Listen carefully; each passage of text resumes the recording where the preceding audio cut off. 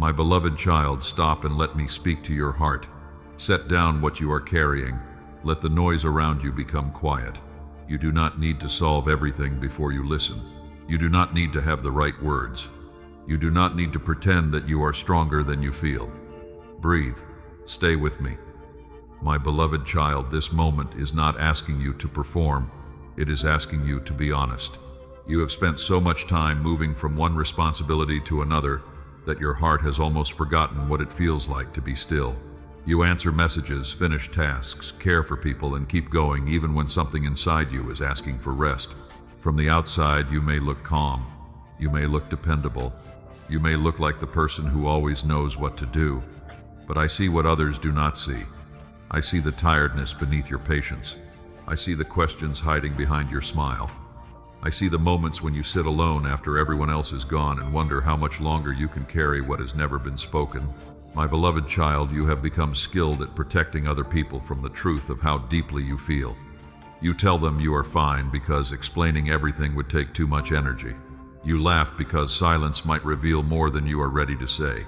You keep helping because being needed feels safer than being known. But when the room grows quiet, the thoughts return. You wonder whether your prayers are reaching me. You wonder whether your life is moving anywhere. You wonder whether the people around you would still stay if they saw the parts you keep hidden.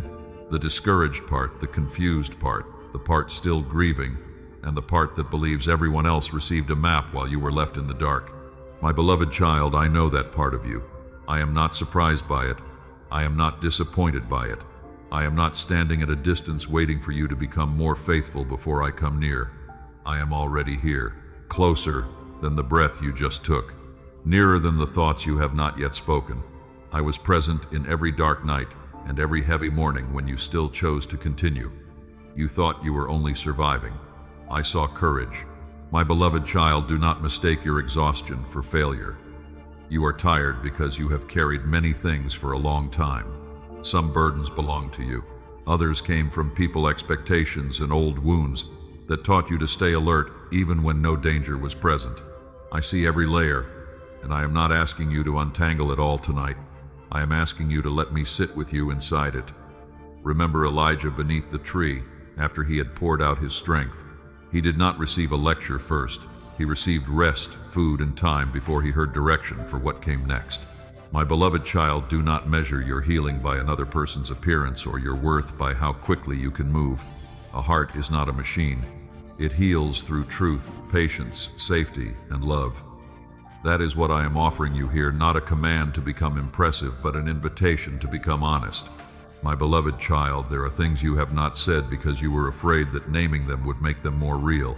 The loneliness, anger, disappointment, unwanted memories, fear that you missed your chance, and belief that I have more important people to help.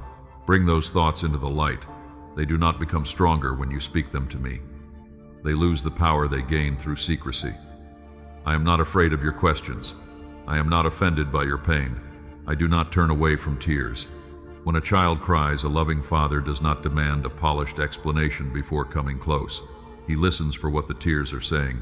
My beloved child, I have been listening. I heard the prayer you whispered while driving. I heard the sentence you could not finish. I heard the silence after you said, "My name," and had nothing else to give. I heard you when disappointment made prayer feel difficult. I heard you when faith was not a strong voice, but a small decision to keep reaching toward me. Do not believe that quiet faith is useless. A trembling hand can still reach. A tired heart can still open. A single honest breath can become the beginning of prayer. My beloved child, you do not need to understand why this season has unfolded the way it has before you allow yourself to receive comfort. Peace does not require complete explanation. Sometimes peace begins when you stop demanding that your heart solve what only time, wisdom, and grace can reveal. For this moment, let this be enough. You are seen, heard, and not forgotten. You are not too complicated for my love, too tired for my presence, or too far away to be reached. My beloved child, place your hand over your heart if you are able. Feel that it is still beating, not perfectly or without weariness, but faithfully. You have crossed days you thought would break you, taken uncertain steps, and kept loving after disappointment. There is more strength in you than fear has allowed you to recognize. But your strength is not the reason I love you. I loved you before you endured anything. I loved you before you proved anything. I loved you before you learned how to hide your pain behind responsibility. My beloved child, let the walls lower for a moment. You do not need them here. You do not need to protect me from your truth. You do not need to protect yourself from my presence. I am not entering your heart to accuse you. I am entering to bring light, warmth, and room to breathe. Let me meet the person beneath the roles, beneath the helper, the strong one, and the one who keeps everything together. Let me speak to the child who still longs to hear that they matter. You matter to me. Your life matters. Your tears matter. Your questions matter. Your healing matters, and this conversation is only beginning. My beloved child, stay near. In the next part, I will remind you that you were never an accident, and that every part of your life began in my intention. My beloved child, I told you that this conversation was only beginning, and now I want to take you deeper into a truth your heart has needed for a long time. You were created with intention. I did not discover you after you arrived. I knew you before anyone else knew your name. I knew the tenderness that would make you care deeply. I knew the questions that would one day keep you awake, and I knew the strength that would slowly grow through everything you would face. My beloved child, think about the work of a skilled potter. The clay does not understand the shape being formed. It only feels the pressure of careful hands. It may not know why one side is being strengthened or why another part is being softened, but the potter sees the vessel before the clay can see itself. In the same way, there were things placed within you before you had words for them. Compassion, discernment, creativity, patience that would be tested, courage that would only become visible when life became difficult, a voice that would one day comfort someone who believed nobody understood. My beloved child, you may look at your life and focus on what seems unfinished. You may notice the places where you feel behind. You may compare your gifts with someone who appears more confident, more visible, more successful, or more certain. But comparison only shows you the surface of another person's journey while making you forget the depth of your own. You were not designed to become a copy. I did not create you to repeat another person's assignment, personality, or path. What I placed within you carries a particular shape, because the people you will meet, the lessons you will learn, and the love you will offer will require what is uniquely yours. My beloved child, this does not mean every painful event was carefully sent to you. Some wounds came through human choices. Some losses belonged to the brokenness of life. Some confusion came because people did not know how to love well. But none of those things removed my intention from you. Pain may have changed how you saw yourself, but it did not erase what I placed inside you. A storm can bend a tree without changing the kind of seed from which it grew. The bark may carry marks. Some branches may need healing, yet the life within still reaches toward light. My beloved child, remember Jeremiah, who believed he was too young and did not know how to speak. He looked at his limitations. I looked at the purpose already resting upon his life. He saw inexperience. I saw a voice that would learn courage. He saw reasons to remain quiet. I saw someone who could carry truth into a difficult time. My beloved child, your first response to purpose may also be fear. You may say, I am not ready. I do not know enough. I have made too many mistakes. Someone else would do this better. But purpose does not always arrive as confidence. Sometimes it begins as a quiet concern you cannot ignore, a burden for people who are hurting, a desire to create something honest, a longing to bring peace into places filled with confusion, a repeated thought that asks you to take one faithful step. My beloved child, do not mistake hidden preparation for absence of purpose. A root grows before a branch appears. A foundation is laid before a house becomes visible. A child learns balance through many small movements before taking a confident step. Much of what I form within you happens where nobody applauds. It happens in the way you choose patience, in the way you recover after disappointment, in the way you begin telling the truth, in the way you learn to rest without calling yourself lazy, in the way you stop allowing fear to make every decision. My beloved child, the ordinary parts of your story matter. The work nobody celebrates. The care you give to your family. The lesson you learned after failure. The conversation where you chose gentleness. The boundary you finally set. The apology you offered without defending yourself. These moments are not separate from your purpose. They are shaping the person who will carry it. You may want one dramatic sign that tells you exactly who you are and what you must do, but often I reveal purpose through repeated faithfulness. I show you what matters by what continues to stir compassion within you. I show you your gifts through the ways your presence brings clarity, safety, beauty, order, or hope. I show you the next direction while you are using what is already in your hands. My beloved child, you do not need to be famous to fulfill intention. You do not need thousands of people to recognize your name.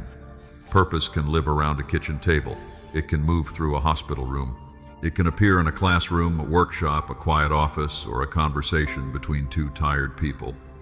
A life becomes meaningful not because it is widely seen, but because love and truth are allowed to move through it. My beloved child, perhaps you have spent years asking why you are different, why you feel more deeply, why certain things affect you longer than they affect others, why you cannot be satisfied with shallow answers. Do not despise these parts of yourself. They need wisdom and healthy boundaries, but they may also be connected to how you are meant to serve. Sensitivity can become compassion. Careful thinking can become discernment. A painful history can become understanding once healing has begun. My beloved child, your purpose is not permission to neglect your limits. You do not have to exhaust yourself to prove that your life matters.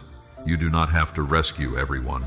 You do not have to accept every opportunity. Intention includes rhythm.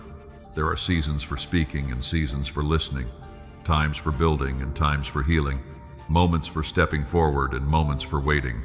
You remain valuable in every one of them. My beloved child, let this truth settle beneath all the labels you have carried.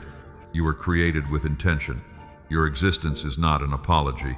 Your presence is not a burden. Your gifts are not accidents. Your unfinished places do not cancel your worth.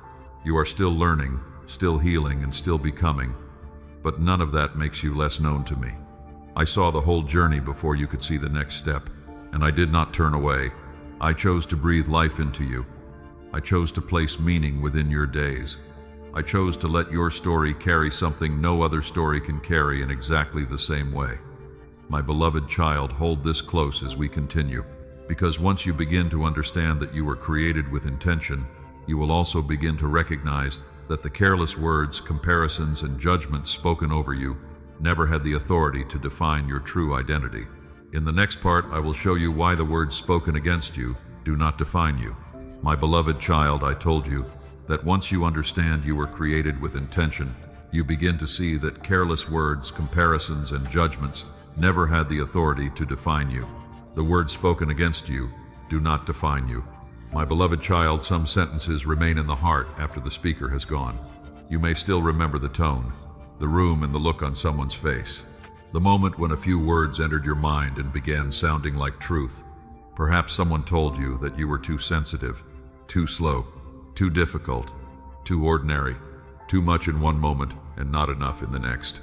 Perhaps you were compared with someone else until you began believing your value could only exist beside another person's success. My beloved child, words can leave marks. A careless sentence spoken by a parent, teacher, partner, friend, or person in authority can follow someone for years. You may have built decisions around those words without realizing it. You may have stayed quiet because your voice was mocked. You may have avoided opportunities because failure was predicted. You may have accepted poor treatment because poor treatment was presented as love. But repetition does not turn a lie into truth. Pain does not give another person the right to name your identity. My beloved child, remember Gideon hiding in the winepress. He did not see himself as brave. He saw danger, weakness, and the smallness of his family. Yet I addressed him according to what fear had hidden. I called him a mighty warrior before he felt like one. My beloved child, I was not ignoring his fear. I was speaking beyond it. I was reminding him that his current posture was not his permanent identity. In the same way, I do not define you by the place where fear found you. I do not name you according to your worst season. I do not confuse the wound with the person carrying it. My beloved child, people often speak from their own limitations. Someone may have criticized your dream because they were afraid to pursue their own. Someone may have called you weak because your tenderness made them uncomfortable. Someone may have demanded perfection because they did not know how to offer secure love. Their words may explain what they carried, but they do not reveal the full truth about you. Understanding their pain does not require carrying their words. My beloved child, this does not mean every difficult word spoken to you was false. Sometimes correction is necessary. Sometimes a pattern needed to change. Wisdom does not reject every uncomfortable truth, but healthy correction is specific. It addresses behavior, not identity. It says this choice caused harm. It does not say you are hopeless. It says responsibility is needed. It does not say you will never change. Learn to recognize the difference between truth that guides and shame that crushes. My beloved child, there may be labels you have repeated so often that they now sound like your own voice. I am always behind. I ruin everything. Nobody stays. I cannot be trusted.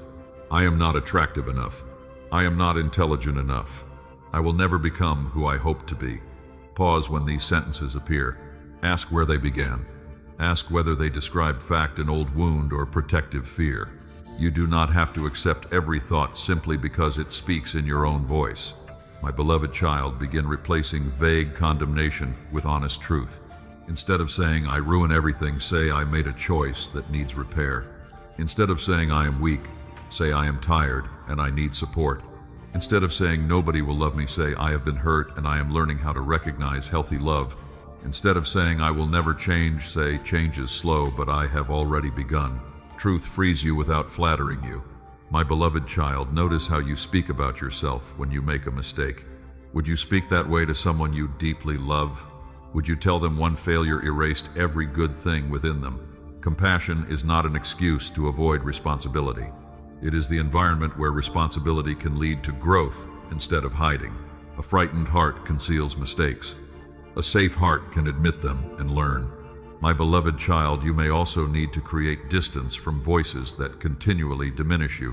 Not every opinion deserves a permanent place in your mind. Not every criticism requires a defense.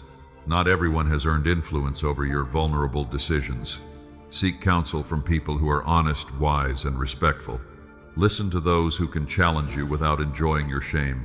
A voice worthy of trust should help you become clearer, not smaller. My beloved child, when old words return, do not fight them with panic. Let them pass through the light of truth. You can say, that was spoken to me, but it does not belong to me. You can say, that came from pain, not from me. You can say, I am still becoming, and one person's judgment cannot finish my story. You may repeat this many times. Healing often happens through faithful repetition. Truth can become stronger than every inherited accusation within you. My beloved child, there are parts of you that became hidden because criticism made visibility feel dangerous. Your laughter became quieter. Your ideas stayed unspoken. Your gifts remained unused. Your needs were buried. Your boundaries disappeared. Do not force yourself to become bold all at once. Begin gently. Share one honest thought with a safe person. Use one gift in a small way. Say no when yes would betray your peace. Let your true voice return a little at a time. My beloved child, I am not asking you to prove those people wrong. A life built around revenge is still controlled by the people who wounded it. You do not need success to make them regret what they said. You do not need applause to cancel their rejection. Freedom is quieter. It is the moment you stop arranging your life around their opinion. It is the moment you choose what is true, even if they never understand. My beloved child, let my voice become the deepest voice within you. You are not a mistake. You are not too damaged to heal. You are not too late to grow. You are not disqualified because someone failed to recognize your value. You are not the cruelest sentence ever spoken over you. You are still mine, still known, still capable of learning, still worthy of dignity, still being formed with patience. My beloved child, the words spoken against you may explain some of your wounds, but they do not define your future. Release the labels. Question the old conclusions. Receive correction without accepting condemnation. Choose voices that carry truth with love. And as those false definitions begin to loosen, your heart will become ready to understand something even deeper. My love for you has never depended on how well you performed. In the next part, I will show you why my love does not depend on your performance. My beloved child, I told you that the words spoken against you do not define you. Now I want to show you something even deeper. My love does not depend on your performance. You may have learned to believe that love must be earned. Perhaps affection came when you were helpful, quiet, successful, obedient, or easy to understand. Perhaps warmth disappeared when you made a mistake. Perhaps praise was given when you met expectations, but distance appeared when you struggled. Over time, your heart began to confuse approval with love. You learned to work for closeness. You learned to hide weakness. You learned to believe that being useful was the safest way to remain wanted. My beloved child, I see how exhausting that has been. You measure your worth by what you completed. You judge your day by how much you accomplished. You feel guilty when your body needs rest. You apologize when you need help. Even in prayer, you may come to me carrying a quiet fear that you have not done enough to deserve my attention. But I am not keeping a record to decide whether you qualify for my care. I am not waiting for you to impress me. I am not loving a future version of you more than the person standing before me now. My beloved child, remember the father who saw his lost son returning from a distance. The son had prepared a speech. He planned to explain his failure and ask for a lower place in the household. But the father did not stand at the doorway demanding proof. He ran toward him. He embraced him before the speech was finished. He restored relationship before the son could earn anything back. My beloved child, this does not mean the son's choices caused no pain. It does not mean responsibility disappeared. Love can welcome you, while truth still asks you to change. Grace is not pretending that harmful choices do not matter. Grace is the place where you can face the truth without believing that truth will end the relationship. My beloved child, I do not love you because you never fail. I love you while I teach you how to rise after failure. I do not love you because your faith never trembles. I love you while I steady you in the trembling. I do not love you because you always know what to do. I love you while you learn wisdom one decision at a time. This is not weak love. It is strong enough to remain present while you are becoming. My beloved child, performance creates a life of comparison. You see the part of their life they choose to show and assume they are more worthy of blessing, attention, or peace. But I do not rank my children by appearance. I do not love one person more because their progress is visible. I do not withdraw from you because your growth is slower. My beloved child, there are days when you will make wise choices. There are days when you will speak too quickly, avoid what matters, or return to an old habit. Do not use a difficult day as evidence that nothing has changed. Growth is rarely a straight road. Sometimes it looks like asking for support before the situation becomes worse. Sometimes it looks like resting instead of punishing yourself. My beloved child, I want obedience, but not the kind produced by terror. Fear may create temporary compliance, but love creates lasting transformation. When you believe I will abandon you after every mistake, you begin hiding. When you know my presence remains, you become brave enough to tell the truth. You can confess without running. You can listen without defending yourself. You can repair what you damaged, because shame no longer controls the conversation. My beloved child, stop turning every spiritual practice into a score. Prayer is not a test of how many perfect words you can offer. Reading scripture is not a way to purchase my nearness. Serving others is not a payment for belonging. Giving is not a bargain that forces me to reward you. These practices matter because they help you remain open to truth, wisdom, love, and relationship. They are responses to grace, not prices paid for grace. My beloved child, your limits do not disappoint me.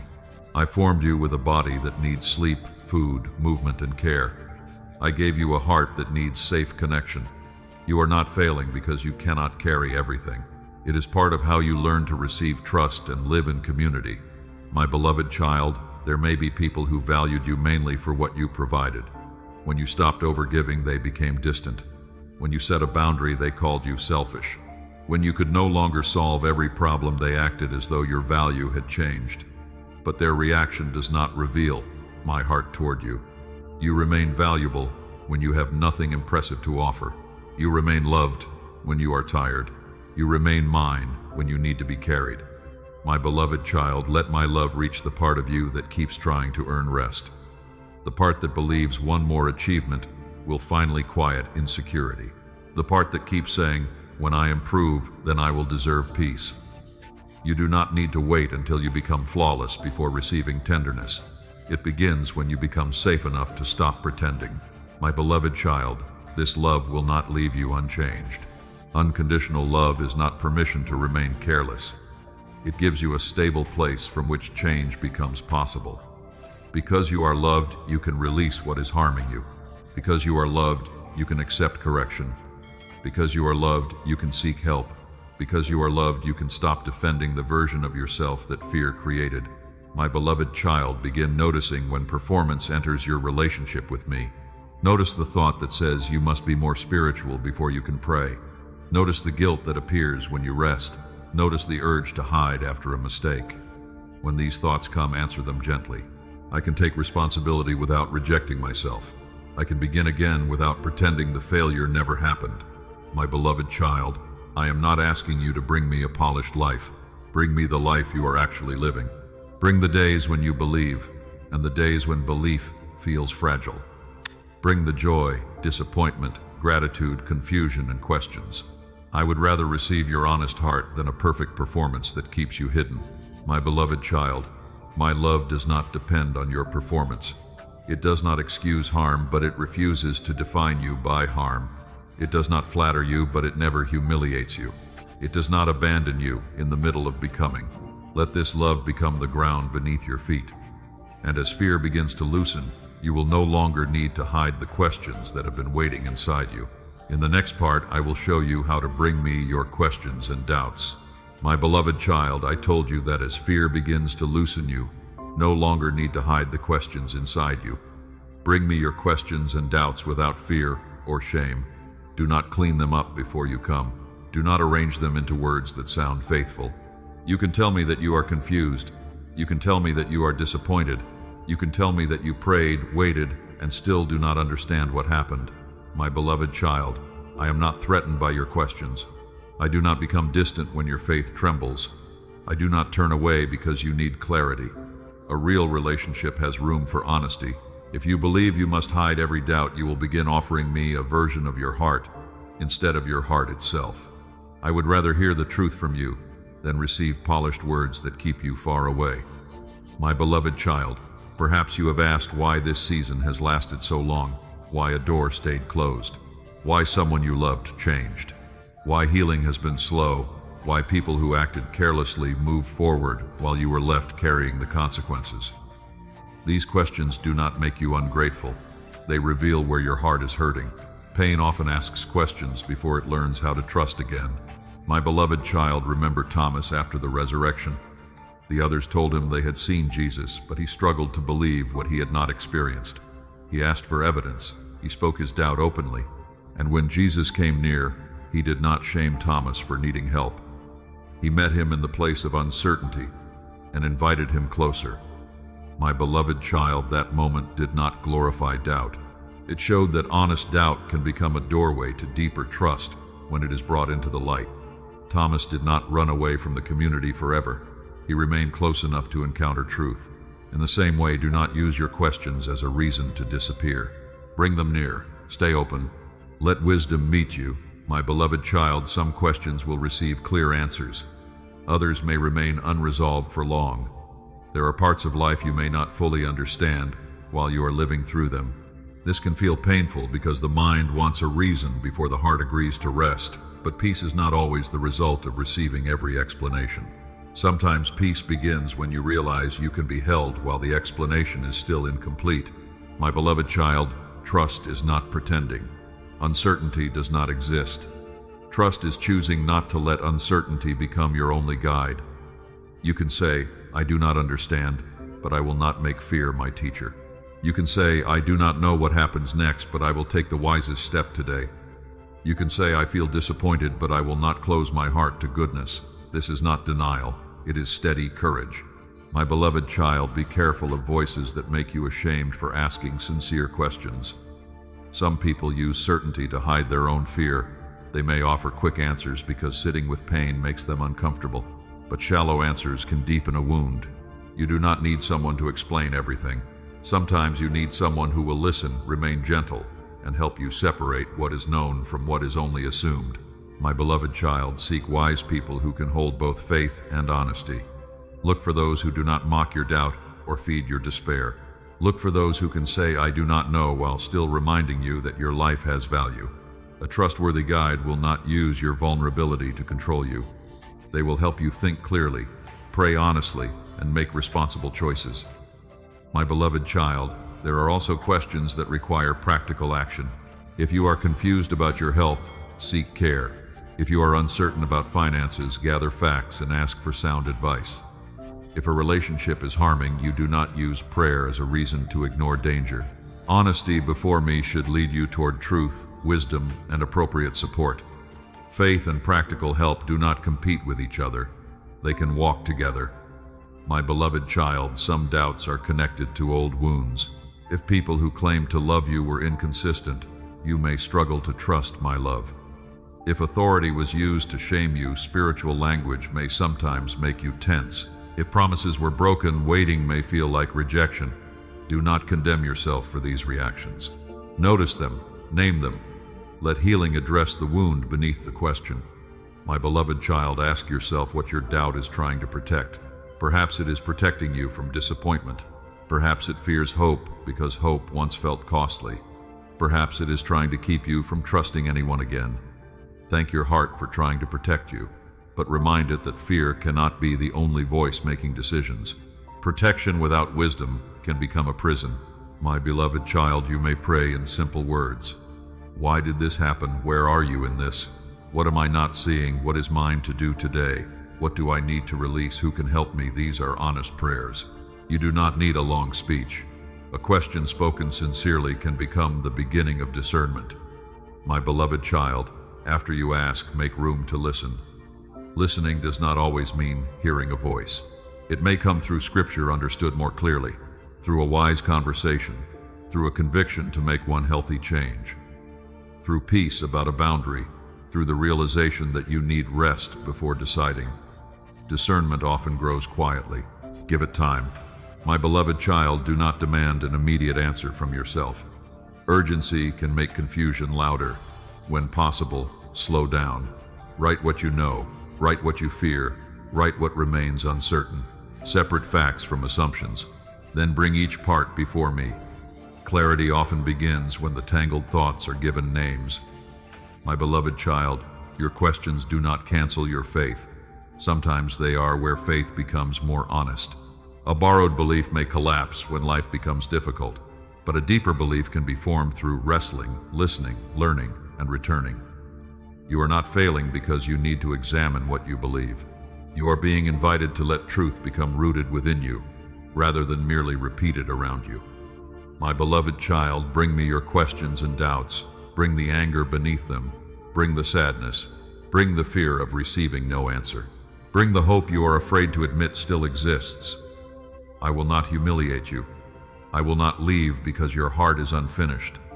I will meet you with patience, truth, and love. And as you begin to speak honestly, you will also begin to recognize something you could not always see while pain was loud. I was with you in every dark season. In the next part, I will help you look back and recognize my presence where you once believed you were alone. My beloved child, I told you that as you bring me your questions and doubts, you begin to look back with clearer eyes. I was with you in every dark season. There were nights when you believed silence meant absence. There were mornings when you rose with no answer, no excitement, and no clear direction.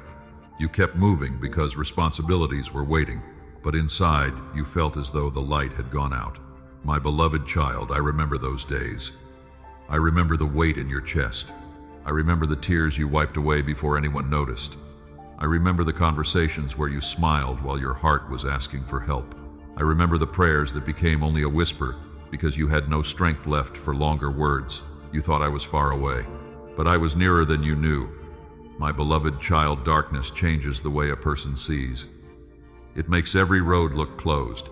It makes temporary pain feel permanent. It convinces you that because you cannot see what is ahead, nothing good can be ahead. But limited sight is not the same as an empty future. A traveler walking before sunrise may see only a few steps, yet the road still continues beyond the darkness. My beloved child, remember Hagar in the wilderness. She had reached the point where she could no longer imagine a way forward. She was exhausted, afraid, and convinced that loss would have the final word. Yet, I saw her.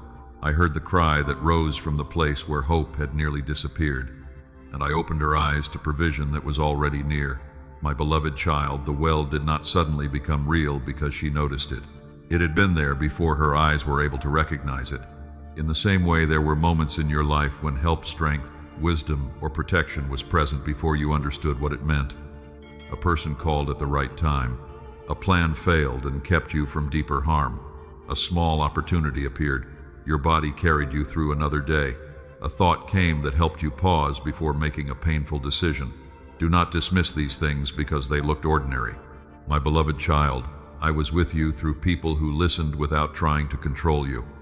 I was with you through the doctor, counselor, teacher, friend, family member, or stranger who offered practical help. I was with you in the courage that allowed you to ask for support.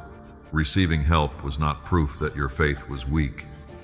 Sometimes, my care reaches you through another person's hands. My beloved child, I was also with you when no one knew what to say. There were losses that could not be repaired by a conversation. There were questions that remained unanswered. There were rooms that felt empty after someone left. I did not always remove the sorrow. Sometimes I sat with you inside it. Presence does not always erase pain. Sometimes presence keeps pain from swallowing everything else. My beloved child, you may wonder why you could not feel me. Do not condemn yourself for that. A wounded heart can become numb. An exhausted body can make hope difficult to recognize. Fear can become so loud that gentle comfort seems far away. Your feelings were real, but they were not the full measure of my nearness. The sun does not disappear when clouds cover the sky. My beloved child, look at what you survived. Not to glorify suffering, not to pretend that pain was good. Look because your continued existence tells a story.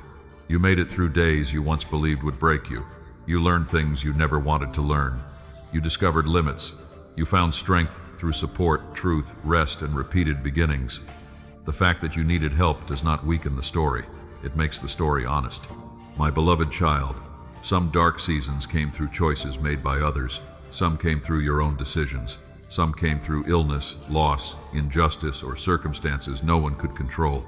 I do not ask you to call every painful thing part of a perfect plan.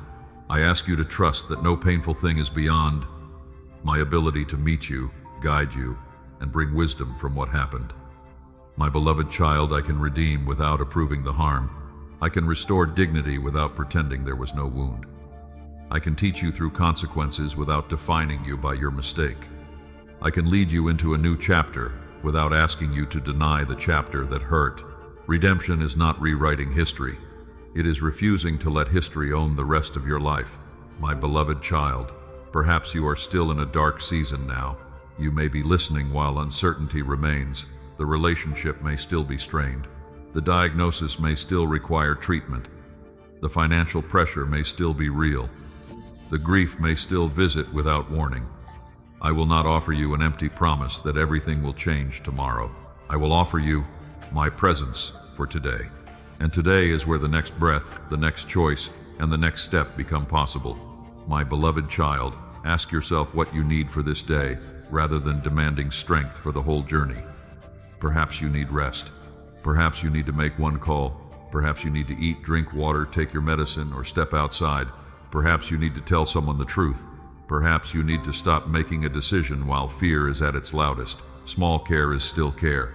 My beloved child, faith in a dark season may not feel powerful. It may look like getting out of bed. It may look like attending an appointment. It may look like praying one honest sentence. It may look like choosing not to return to the place that harmed you. It may look like asking for company because being alone feels too heavy. Do not despise these steps. Light often enters through a small opening. My beloved child, when you look back, do not only remember what hurt, remember what carried you. Remember the person who remained. Remember the wisdom you gained. Remember the boundary you learned to set. Remember the moment you realized you could begin again. Memory can become a place of gratitude without becoming denial. You can honor the help and still grieve the pain. My beloved child, I was with you in every dark season. I was present in the strength you borrowed from others. I was present in the truth that interrupted despair. I was present in every quiet return after you nearly gave up. I was present when you could only survive, and I am present now as you learn how to live again. You were never unseen even when pain convinced you otherwise completely. Let this knowledge soften the places that became guarded. Because when you realize I did not abandon you in the darkness, you can begin opening the parts of your heart that fear taught you to lock away. In the next part, I will help you open the locked rooms of your heart. My beloved child, I told you that when you realize I did not abandon you in the darkness, you can begin opening the places fear taught you to lock away. Open the locked rooms of your heart. You have carried certain memories behind doors you rarely touch. You learned to walk past them quickly. You kept yourself busy. You became useful. You answered other people's needs so you would not have to hear what was still asking for attention inside you. My beloved child, I understand why you closed those doors. You were hurt when you were open. You trusted someone and paid a painful price. You spoke honestly and were dismissed. You showed weakness and someone used it against you. So your heart made a decision. It said, I will not let anyone come this close again. That decision helped you survive for a time, but what protects you in one season can become a prison in another. My beloved child, a locked room does not stop existing because you avoid it. The grief remains. The fear waits. The shame keeps repeating its version of the story. A wound hidden from light cannot receive care. I am not asking you to force every door open at once. I am asking you to stop pretending there are no doors. My beloved child, remember the woman who came to the well in the heat of the day. She chose an hour when fewer people would be there. Her life carried history, disappointment, and the weight of other people's judgment. Yet Jesus did not begin by humiliating her. He began with a conversation. He spoke to the deeper thirst beneath the routine she had learned to repeat. My beloved child, that is how I come near to you. I do not enter with accusation. I do not search your heart like an investigator looking for evidence against you. I come like a physician who wants to understand where the pain began. I ask questions not because I do not know, but because naming the truth helps you stop hiding from yourself. My beloved child, perhaps one room contains grief. A person you lost, a dream that ended, a season you believed would look different. You may have told yourself to move on because enough time had passed. But grief does not obey a calendar. It changes shape. It may become irritability, numbness, exhaustion, or the sudden ache that arrives when something familiar reminds you of what is gone. Let me meet you there. You do not need to rush the sorrow. You only need to stop carrying it alone. My beloved child, another room may contain anger. You may be afraid of it because you think anger makes you unfaithful. But anger can reveal that something mattered, that a boundary was crossed, or that pain has been ignored. Bring it to me before it becomes cruelty. Let anger become information, not a ruler. Ask what it is protecting. Ask what truth needs to be spoken. Ask what boundary needs to be rebuilt. My beloved child, another room may hold disappointment with me. You prayed, you waited, you hoped, and what happened was not what you asked for. Perhaps you have been afraid to say that you feel let down. Say it. I already know. Honesty does not push me away. A relationship becomes deeper when silence is no longer used to hide pain. My beloved child, there may also be a room filled with memories of your own choices, things you said, things you did, moments when fear, pride, confusion, or desperation guided you. You replay them and wonder whether you can ever become different. Do not enter that room only to punish yourself. Enter with truth. Take responsibility where it belongs. Make repair where it is possible. Seek help where it is needed. Then let mercy teach you how to move forward. My beloved child, opening your heart does not mean giving everyone access. Wisdom matters. Some people are not safe enough to hear your most tender truth. Choose carefully. A trustworthy person will not rush you, expose you, control you, or use your pain to make themselves important. They will listen with respect. They will encourage responsibility without shame. They will help you move toward healing, not dependence. My beloved child, sometimes the next step includes professional support. A counselor, doctor, pastor, mentor, or trained helper may help you understand what has been too heavy to sort through alone. Receiving help is not a failure of faith. It can be one of the ways you stop hiding. Prayer and wise support can stand beside each other. Truth does not become less spiritual because it arrives through practical care. My beloved child, begin with one door, not the most frightening one, not the whole history. Choose what feels possible. Name one feeling. Write one memory. Tell one safe person that you are not as fine as you appear. Pray one honest sentence. You do not have to explain everything. A small opening is enough for light to begin entering. My beloved child, when light enters you, may notice dust you could not see before. Do not panic. The light did not create the dust. It revealed what was already there so it could be cleaned. In the same way, healing may first make you more aware of sadness, fear, or anger. This does not mean you are getting worse. It may mean you are finally safe enough to feel what you once had to bury. My beloved child, be patient with your body. A tight chest, restless sleep, sudden tears, or the urge to withdraw may be signals that something needs care. Do not shame yourself for these responses. Slow down, breathe, rest, ask for support.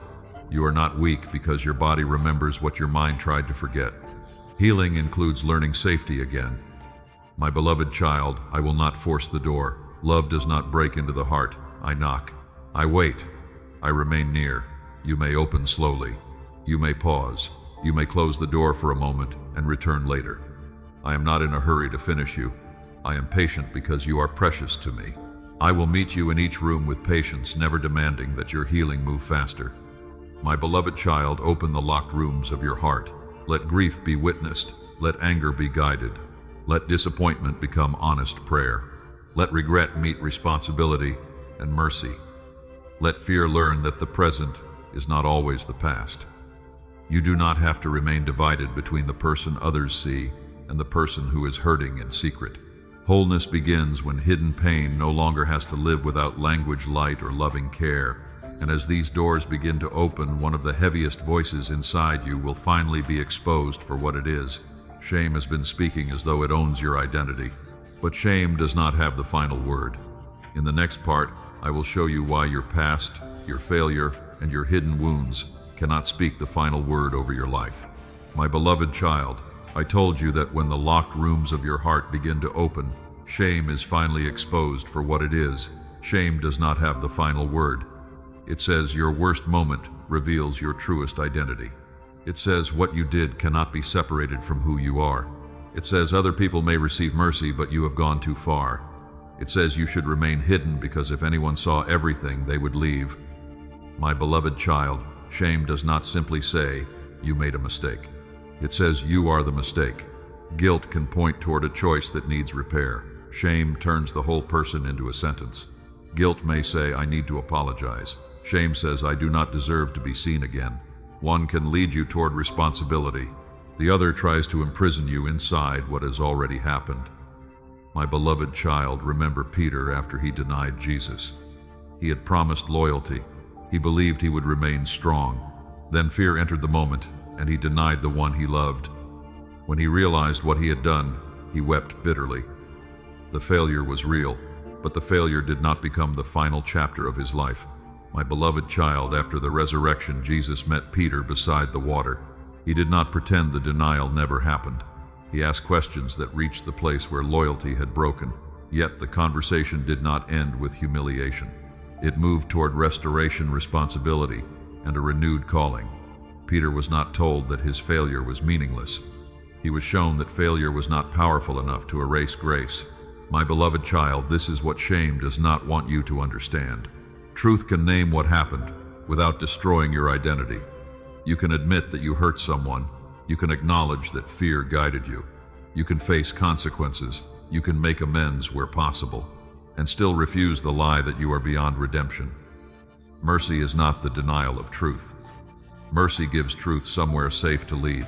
My beloved child, there may be things from your past that still make your body tense when you remember them. Words you wish you could take back. Choices made while you were desperate, angry, afraid, or confused. Moments when you became someone you barely recognize now. But do not build a home inside them either. Look with honesty. Ask what must be learned. Ask what can be repaired. Then allow the lesson to become wisdom instead of a weapon.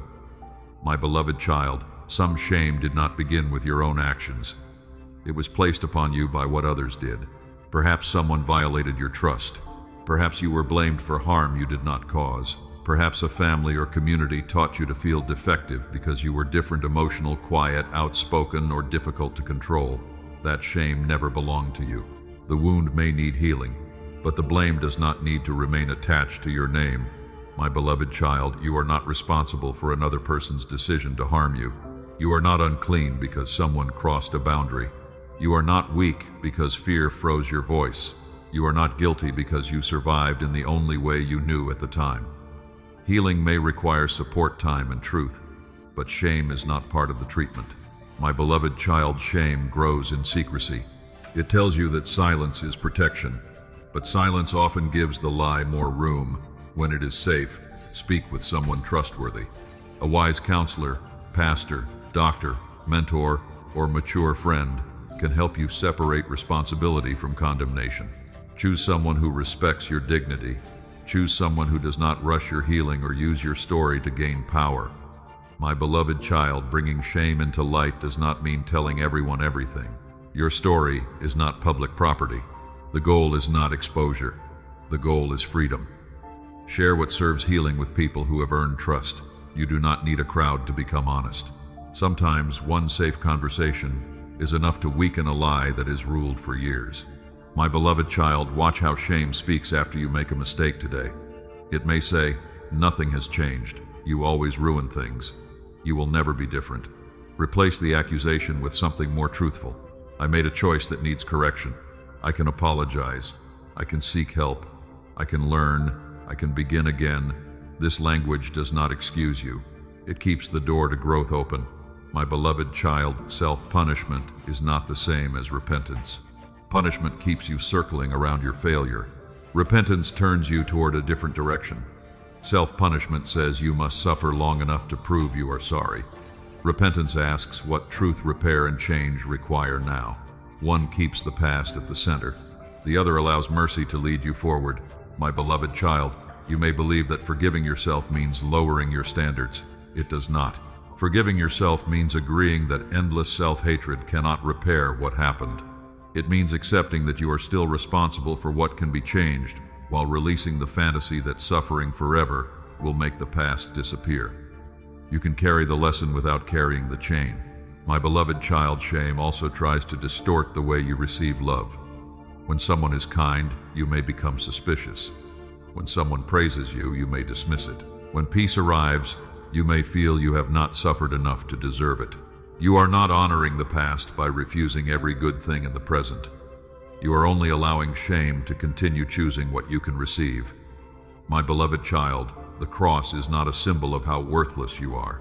It is a declaration that love was willing to enter the deepest human brokenness and refuse to abandon you there. The resurrection is not only a promise beyond death, it is also a witness that what appears finished can receive a new beginning. Shame points to the grave. Grace points to the morning after it. My beloved child, let me speak more deeply than every accusation. You are not your worst decision. You are not the cruelest words spoken over you. You are not the thing someone did to you. You are not the season when you lost your way. You are a person capable of truth, repair, learning, and renewal. You are still loved while you become more honest. You are still mine while healing continues. My beloved child, shame does not have the final word. You can face it safely, but shame does not own your identity. Let truth expose what needs changing. Let mercy protect your dignity. Let support help you carry what is too heavy alone. Let the past become instruction rather than a prison. And as shame begins losing its authority, you will become able to look at the struggles you still hide without believing they make you unworthy of love. In the next part, I will remind you that I see your secret battles, and I do not watch them with disappointment. My beloved child, I told you that as shame begins losing its authority, you can look at the struggles you still hide without believing they make you unworthy of love. I see your secret battles. I see the thoughts that become louder when the room grows quiet. I see the fear that enters before a conversation, the heaviness that follows disappointment, and the weariness of fighting the same pattern again. You have become skilled at looking composed, while something inside you is still struggling to breathe. My beloved child, I know the battles you do not explain, the anxiety that tightens your chest, the loneliness that remains even in a crowded room, the memory that returns without permission, the habit you promised yourself you would never repeat, the shame that whispers after every setback, the exhaustion of wondering why progress seems slower for you than it appears for everyone else. I see all of it, and I do not look at you with disgust. My beloved child, you may believe that if people knew the full truth, they would see you differently. So you stay useful, you stay busy, You become the person who helps everyone else. But inside you are tired of carrying a private war beneath a public face. You wonder whether needing help means you are weak. You wonder whether repeating a struggle means nothing has changed. My beloved child, remember the man who brought his son to Jesus and cried, "I believe. Help my unbelief." His faith and his struggle stood in the same sentence. He did not hide the contradiction. He brought both. He came with hope and fear together. He admitted that part of him trusted while another part still trembled. My beloved child, that honesty was not rejected. It was received. You do not have to wait until every conflict inside you disappears before you come near. Bring the part that believes. Bring the part that is afraid. Bring the part that wants freedom. Bring the part that still reaches for what is familiar when pain becomes intense. My beloved child, some battles are connected to your mind and body. They may require rest, treatment, counseling, medicine, structure, or support. Do not reduce every struggle to a failure of faith. An overwhelmed nervous system is not a moral defect. A tired mind may need care. A body under pressure may send signals that deserve attention. Prayer can walk beside professional help. My beloved child, if you are struggling with a pattern that harms you, secrecy will make the cycle stronger. You may feel relief for a moment, followed by regret. Then shame tells you to hide. Isolation creates more pain. Pain increases the urge to escape. The cycle continues. Freedom often begins when the cycle is named without exaggeration and without excuses. Say what is happening. Notice what usually comes before it. Ask what need you are trying to meet. My beloved child, perhaps the pattern appears when you feel rejected. Perhaps it becomes stronger when you are tired, lonely, angry, or afraid. Perhaps you reach for distraction because stillness brings old pain to the surface. Understanding the trigger does not excuse the behavior. It gives you a place to begin. You can build a different response when you know what your heart is trying to avoid. My beloved child, create space between the urge and the action. Take a breath, leave the room, call someone safe, drink water, write down what you are feeling. Wait before responding. Remove access to what repeatedly harms you. My beloved child, do not promise yourself that you will never struggle again.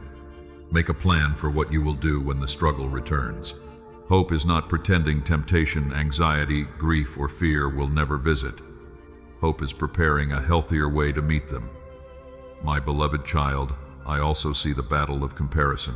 You look at someone else's progress and assume they are free from what still troubles you, but you do not know the private cost behind their public life. Comparison removes context. It makes your slow healing look like failure. Measure your growth by honesty, responsibility, and the choices you make now, not by the image someone else presents. My beloved child, progress may look smaller than you expected. You paused before reacting. You asked for help sooner. You recovered more quickly after a difficult day. You told the truth instead of hiding. You recognized the thought without obeying it. You set a boundary. You returned to treatment. You rested before exhaustion became collapse. These are signs of movement. Do not overlook them because they are quiet. My beloved child, there will be setbacks. A setback can reveal where more support, structure, or healing is needed. It does not erase every step already taken. Do not use one difficult moment to declare the whole journey false. Return to truth quickly. Take responsibility where necessary. Ask what happened. Adjust the plan. Begin again without turning the beginning into punishment. My beloved child, your battle is not your identity. You may struggle with fear, but you are not fear. You may experience anxiety, but anxiety does not own your name. You may carry grief, but grief is not the whole of your life. You may have an unhealthy habit, but you are still capable of change. Language matters because it helps you separate the person from the struggle. My beloved child, let trustworthy people know where you need support. You do not have to share every detail with everyone. Choose those who are patient, honest, and mature. A safe person will not make your weakness about their importance. They will not promise easy answers. They will help you remain accountable without using shame. They will remind you that asking for help is part of courage. My beloved child, I am present in every sincere effort toward freedom. I am present when you make the appointment. I am present when you delete what feeds the pattern. I am present when you tell the truth. I am present when you choose sleep, food, movement, prayer, or connection instead of isolation. These actions may seem ordinary. Even a quiet decision can become the doorway to lasting freedom today. But healing often grows through ordinary decisions repeated with care. My beloved child, I see your secret battles. I see the victories nobody applauds. I see the moments you almost returned to the old path and chose differently. I see the tears after a setback. I see the courage it takes to begin again. I do not watch you as a disappointed observer. I remain near as a loving father who wants truth, support, wisdom, and freedom for you. You do not have to win every battle in one night. You do not have to pretend you are fine. You do not have to carry the whole fight alone. Bring the struggle into light. Receive the help that is available. Take the next honest step. And as secrecy begins to lose its power, your heart will become ready to speak to me with greater honesty. In the next part, I will remind you that every honest prayer matters to me. My beloved child, I told you that as secrecy loses its power, your heart becomes ready to speak to me with greater honesty. Every honest prayer matters to me. I am listening even now. You do not need perfect words. You do not need a calm voice. You can come tired, confused, disappointed, or afraid. You can come with faith that feels strong. You can come with faith that feels like a small ember beneath the ashes. My beloved child, prayer is not a performance. It is not a speech you deliver to prove that you are spiritual. It is not a test of how long you can speak or how carefully you can arrange each sentence. Prayer is the place where your real heart meets my real presence. That meeting can begin with one honest line. Help me. I am tired. I do not understand. Stay near, my beloved child. I heard the prayer you whispered while driving. I heard the words you spoke into your pillow when the house was quiet. I heard the sentence that broke apart because tears came before you could finish. I heard the silence after you said my name and had nothing else to offer. No honest prayer disappears into empty air. Remember Hannah in the temple. Her grief had become so deep that her lips moved while no sound could be heard. Others misunderstood what they saw, but I understood. I knew the sorrow beneath the silence. I knew the longing she could barely carry. Her prayer was not polished. It was poured out. My beloved child, I do not judge the value of your prayer by how composed you appear. Sometimes the strongest prayer is the one spoken while your hands are shaking. Sometimes the deepest faith is simply choosing to remain in my presence when part of you wants to withdraw. You may feel that your prayer is weak, but honesty gives it weight. My beloved child, perhaps you have prayed the same thing for a long time. You have asked for healing, direction, reconciliation, work, peace, or relief. You have repeated the request until you feel embarrassed to bring it again. You wonder whether I am tired of hearing it. I am not tired of you. Your repeated prayer is not an inconvenience. It shows where your heart still needs care. My beloved child, I will not give you an empty promise that every answer will arrive in the form or timing you prefer. Some prayers are answered quickly. Some lead you toward a different path. Some require action, patience, support, or difficult truth. Some remain mysterious longer than you want. But the waiting does not make your prayer worthless. It can still deepen honesty, wisdom, and trust. My beloved child, there is a difference between trusting me and trying to control me through prayer. Prayer is not a bargain. It is not a way to force a result by repeating the right phrases. You do not need to promise more service, more giving, or more suffering in exchange for my help.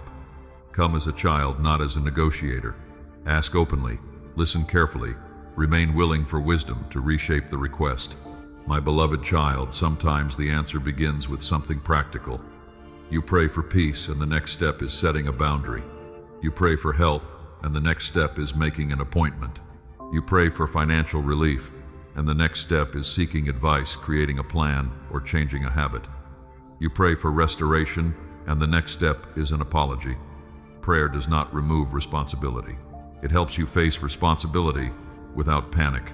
My beloved child, do not call every delay rejection. A closed door may require patience, but it may also require redirection. A silent season may invite trust, but it may also invite new information. Do not assume you already know what every circumstance means. Ask what is true. Ask what is yours to do. Ask what needs to be released. My beloved child, there will be moments when prayer changes you before it changes anything around you. The situation may remain difficult, but your breathing slows. The answer may still be uncertain, but fear no longer controls every thought. The relationship may still need repair, but bitterness begins to loosen. Do not overlook this kind of answer. Inner steadiness is not a small gift. My beloved child, you can pray with Scripture, but do not use Scripture to hide from your feelings. Let truth guide your emotions, not silence them. You can say, I know you are near, and I still feel afraid. You can say, I remember your faithfulness, and I still need help today. Faith and honesty can stand in the same sentence. My beloved child, make room for listening after you speak. Listening may not come as an audible voice. It may arrive through a remembered truth, through wise counsel, through conviction to make a change, through peace about waiting, through discomfort that shows you where honesty is needed. Discernment often grows quietly. My beloved child, write your prayer if speaking feels difficult. Walk while you pray, sit in silence, cry, use one sentence, use many. There is no single posture that earns my attention. What matters is that you come truthfully. Your body may be tired, your mind may wander. Return gently. You do not need to punish yourself for being human. My beloved child, there are also prayers of gratitude that matter. Thank you for this meal. Thank you for the person who stayed. Thank you for enough strength to finish today. Thank you for showing me a pattern before it caused more harm. Gratitude does not deny pain. It reminds your heart that pain is not the only thing present. My beloved child, pray for others without making yourself responsible for their outcome. You can carry someone in love, but you cannot choose for them. You can ask for healing, wisdom, and protection, but you cannot control their response. Release them into my care. Let prayer become love without ownership. Let concern remain without consuming your whole life. My beloved child, if disappointment has made prayer difficult, begin again without shame. You do not need to recreate the faith you had in another season. Bring the faith you have now. Perhaps it is quieter. Perhaps it asks more questions. Perhaps it has learned to avoid easy promises. That does not make it false. Honest faith can become deeper than confident words that were never tested. My beloved child, every honest prayer matters to me. The prayer spoken in hope, the prayer spoken through tears, the prayer that asks for help, the prayer that admits anger, the prayer that says thank you, the prayer that has no words at all. I receive them because I receive you. Keep coming, keep speaking, keep listening. Let prayer become a place where you no longer have to hide. And as your heart grows more honest in my presence, you will begin to recognize the quiet longing I placed within you for a purpose beyond survival. In the next part, I will remind you that your calling is still alive.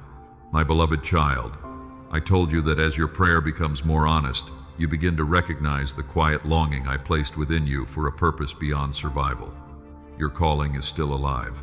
It did not disappear because the path became difficult. It did not die because you became tired. It was not erased by delay, disappointment, failure, age, or the opinions of people who could not understand what was forming inside you. My beloved child, there has been something in your heart that keeps returning, a desire to help, a burden for people who are hurting, a dream that appears again when the noise becomes quiet, a sense that your life is meant to carry more than routine fear and simply getting through another day. You may have tried to ignore it, you may have called it unrealistic, you may have buried it beneath responsibility, but it continues to rise because some longings are not distractions. They are invitations. My beloved child, purpose does not always arrive with certainty. Sometimes it begins as restlessness. Sometimes it appears as compassion that will not leave you alone. Sometimes it grows through frustration when you see something broken and wish someone would help repair it. Sometimes it is felt when you are doing one simple thing and suddenly know, this matters to me. Do not dismiss these moments. Pay attention to what repeatedly awakens love, courage, clarity, or responsibility within you. My beloved child, remember Moses beside the burning bush. He was not standing in a palace. He was working in an ordinary place, carrying the history of failure and exile. When he heard the call, his first response was not confidence. He asked who he was to do such a thing. He spoke of his weakness. He feared that people would not listen. Yet his hesitation did not cancel the calling. My beloved child, I did not choose Moses because he had no fear. I called him while fear was still speaking. I gave him the next step, not the whole journey. In the same way, you may be waiting to feel completely ready before you begin. But readiness is often formed through obedience. Courage grows after the first step, not always before it. Clarity often appears while you are moving faithfully with what you already know. My beloved child, your calling is not a demand to become famous. It is not proof that you must build something large. Purpose may unfold in a family, a classroom, a business, a hospital, a workshop, a church, or one honest conversation. A person does not need a stage to carry light. Sometimes the most important work happens where only a few people see it. Do not measure purpose by visibility. Measure it by faithfulness, love, truth, and the good it produces. My beloved child, the pain you have survived may become part of how you serve, but you do not have to remain wounded in order to remain useful. You may understand the lonely because you have known loneliness.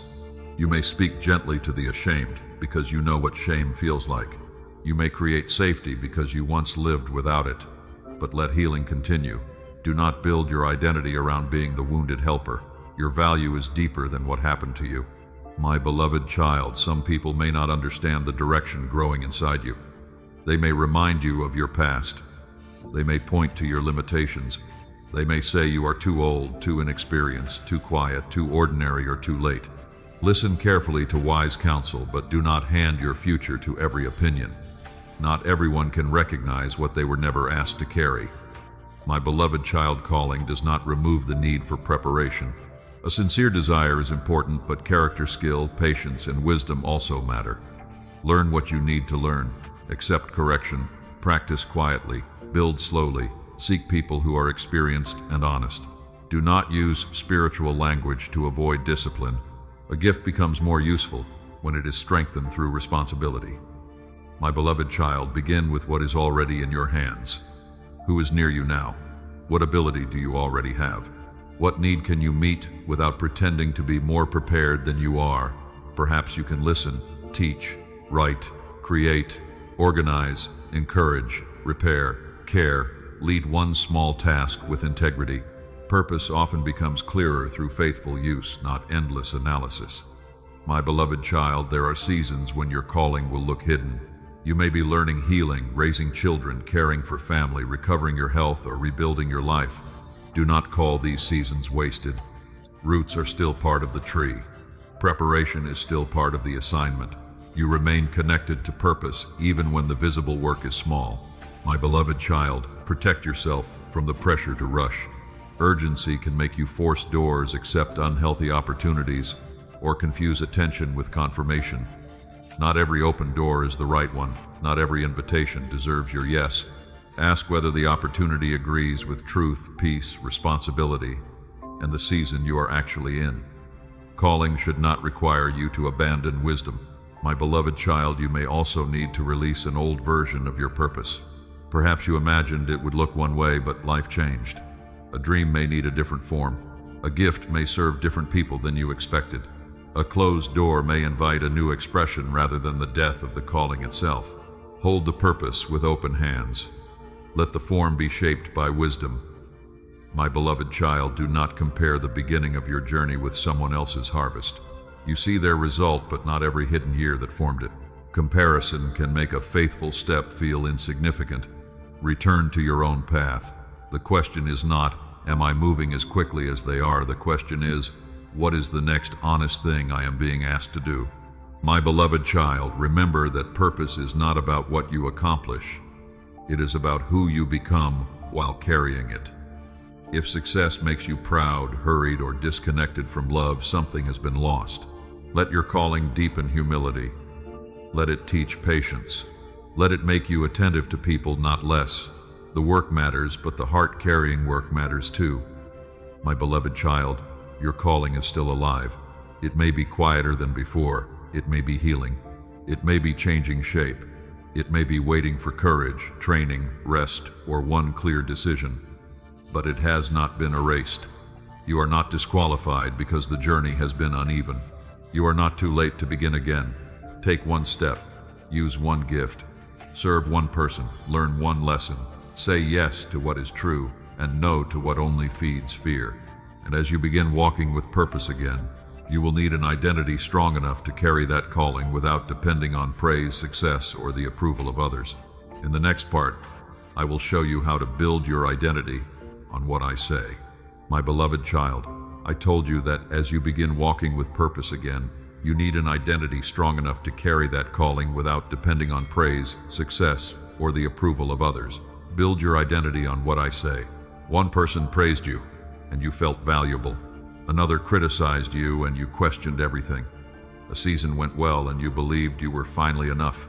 Then one failure came, and the old labels returned. My beloved child, an identity built on human reaction will always feel unstable because human reaction changes. People see only parts of you.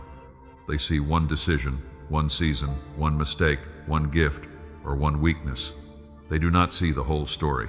They do not know every prayer, every hidden battle, every reason, every wound, or every step of growth. Yet you have sometimes allowed their limited view to become your final definition. My beloved child, remember David when Samuel came to anoint a king. His brothers appeared impressive. They carried the appearance people expected. David was not even brought into the room at first. He was outside caring for sheep unseen and overlooked. But I was not measuring height, position, or outward appearance. I was looking at the heart, my beloved child. What people overlook is not hidden from me. What they dismiss may still carry purpose. What they call ordinary may be the place where faithfulness has been quietly growing. My beloved child, you may also have lived through seasons where nobody seemed to recognize what was forming within you. You kept showing up. You learned patience. You faced fear. You corrected old patterns. You chose honesty where silence once ruled. These things matter. Your identity is not built only in moments when others celebrate you. It is also built in quiet decisions that agree with truth. My beloved child, listen carefully to the false names you have carried. Failure, burden, rejected, too late, too damaged, too difficult. These names may have entered through pain, comparison, neglect, or repeated criticism. But suffering does not have naming authority over you. A wound can describe what happened. It cannot decide who you must remain. My beloved child, I call you known. I call you loved. I call you capable of learning. I call you worthy of dignity. I call you responsible but not condemned. I call you unfinished but not forgotten. I call you wounded in places but not ruined. I call you mine. Let these truths become deeper than the labels fear repeats.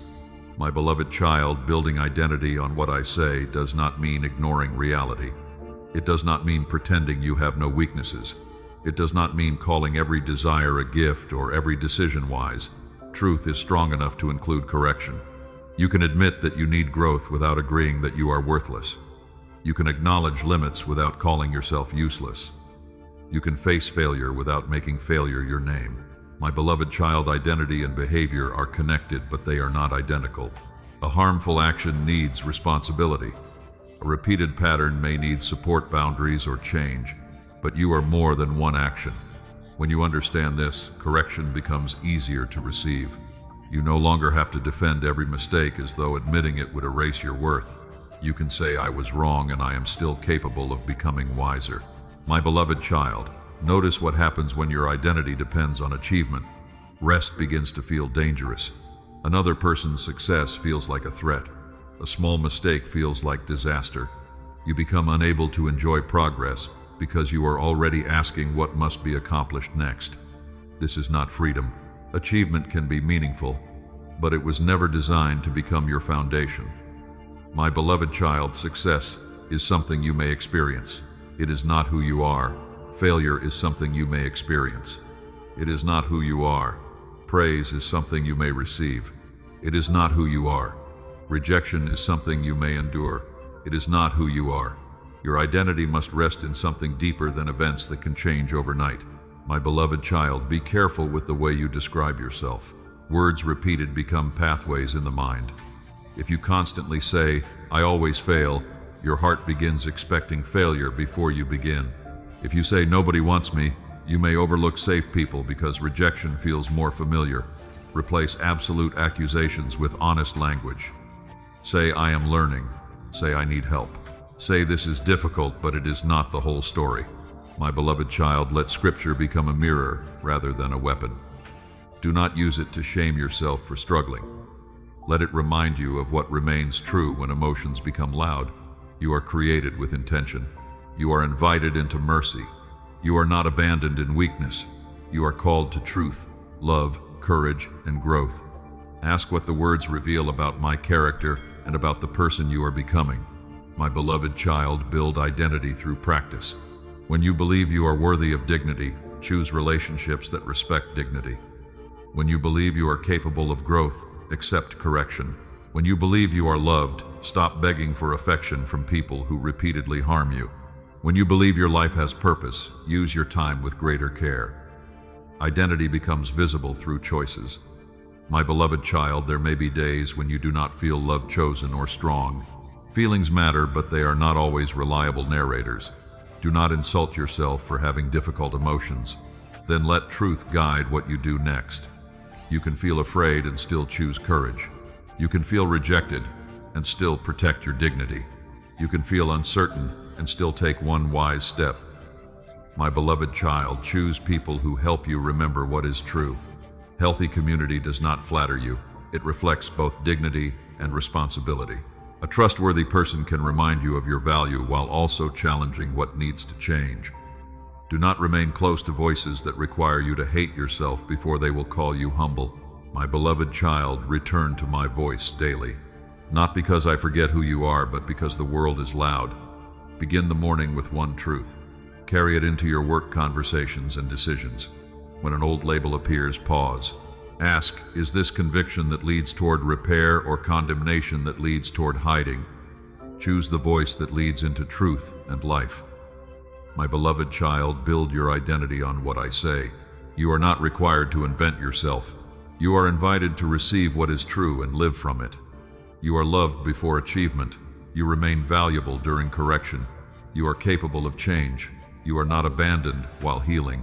You are called to become honest, wise, compassionate, and free. Let this identity become the ground beneath your purpose. And as you become less controlled by false labels, you will be ready to release the people and memories that have kept your heart tied to old pain. In the next part, I will show you how forgiveness can release your heart. My beloved child, I told you that as false labels lose their power, you become ready to release the people and memories that have kept your heart tied to old pain. Forgiveness will release your heart. This does not mean what happened was acceptable. It does not mean the wound was small. It does not mean trust must be restored immediately. It does not mean you must return to the same relationship, the same pattern, or the same place where harm continued. Forgiveness is not pretending. It is not forgetting. It is not surrendering wisdom. My beloved child, forgiveness begins when you stop allowing another person's actions to control the direction of your inner life. You may still remember. You may still feel sadness. You may still need distance boundaries, accountability, or professional support, but you no longer want the past to decide how you breathe, how you love, how you sleep, or how you see yourself. My beloved child, some wounds entered through betrayal. Someone knew what mattered to you and still chose carelessness. Someone promised to remain and then disappeared. Someone used your trust for their own comfort. Someone failed to protect you when they should have stood beside you. The pain is real. I do not ask you to minimize it. I ask you to bring it into truth so it no longer rules you from the shadows. My beloved child, remember Joseph standing before the brothers who had sold him. Years had passed, but the history between them had not disappeared. He did not pretend the betrayal was harmless. He named the truth. He wept. He watched their behavior. He tested whether responsibility and change were present. Forgiveness did not make him naive. It allowed him to respond without becoming the cruelty he had endured. My beloved child, this is important. Forgiveness and reconciliation are not the same thing. Forgiveness can begin in your heart even when reconciliation is unsafe, unwise, or impossible. Reconciliation requires truth from both sides. It requires responsibility, changed behavior, patience, and rebuilt trust. You can release hatred without reopening the door. You can wish someone no harm while still choosing distance. You can pray for them without giving them access.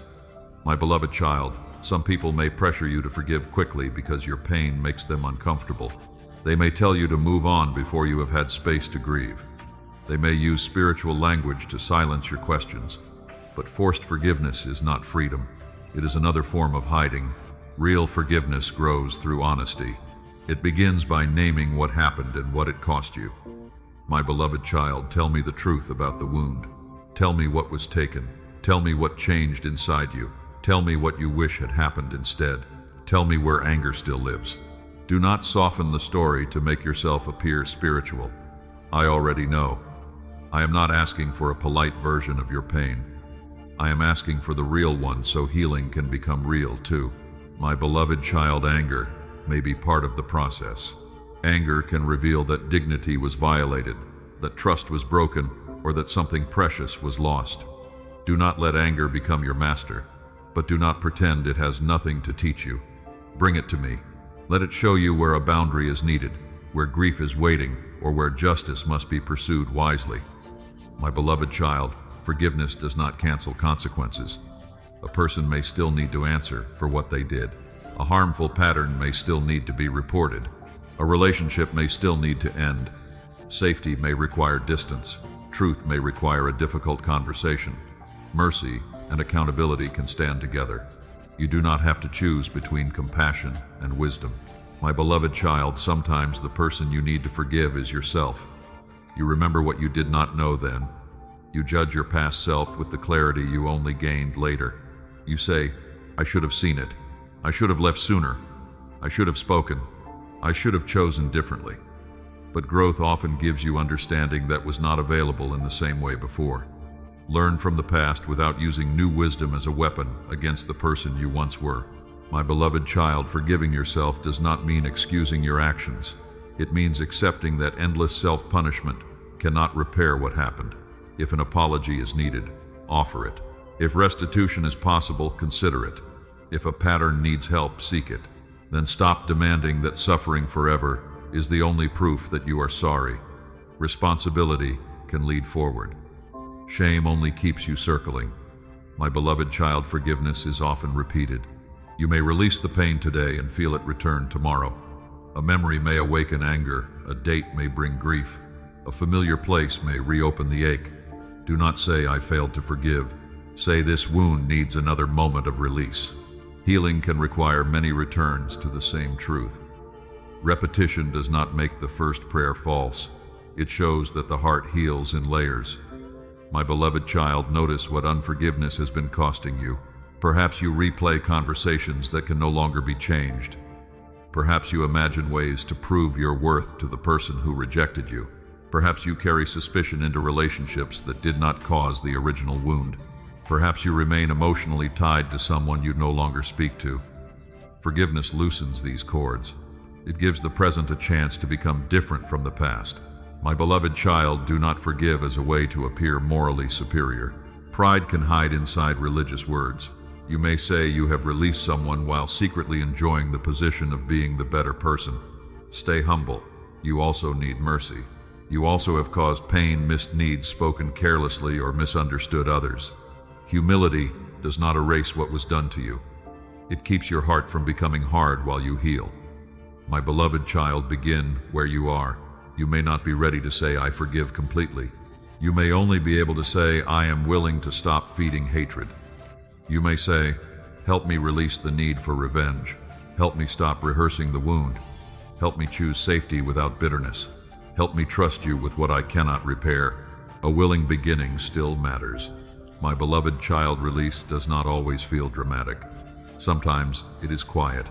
You stop checking whether they regret losing you. You stop building imaginary arguments.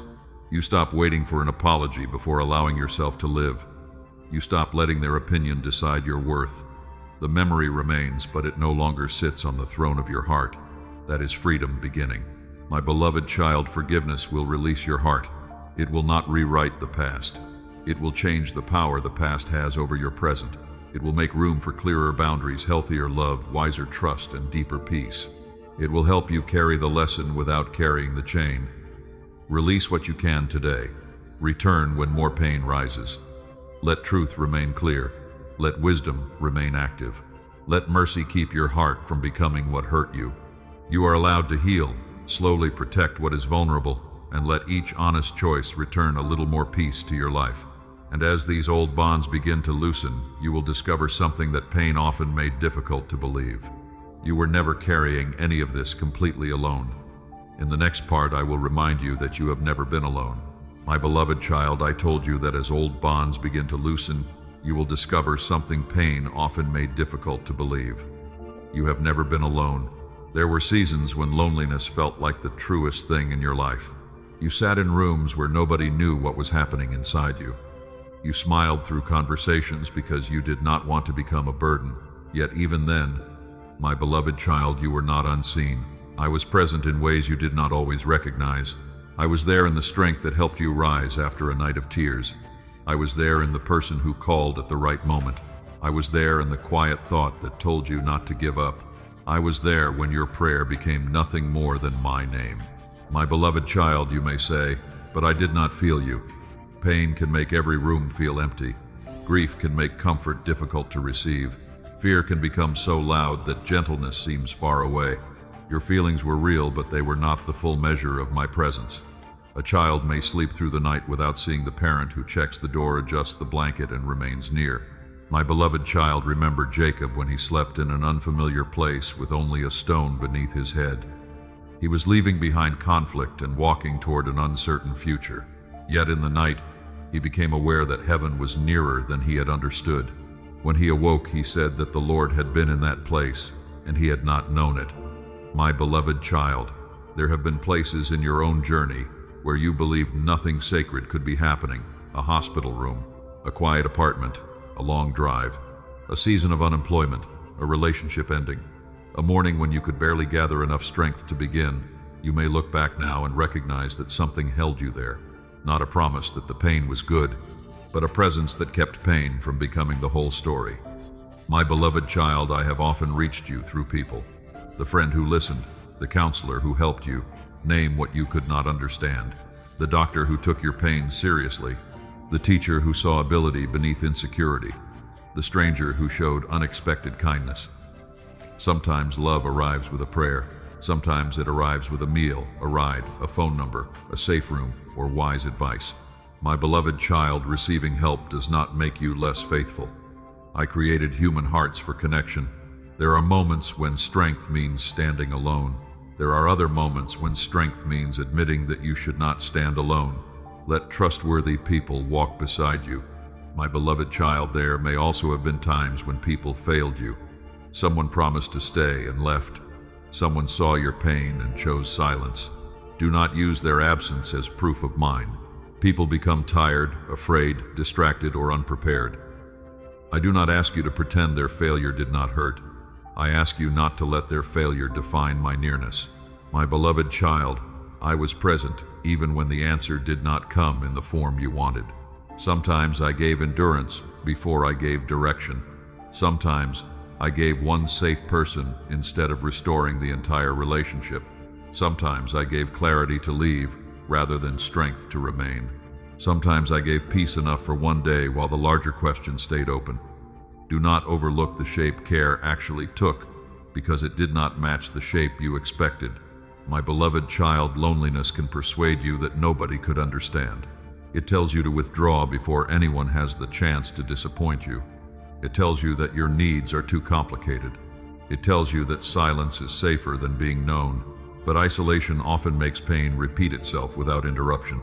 Open one window, send one message, tell one trustworthy person that you are struggling.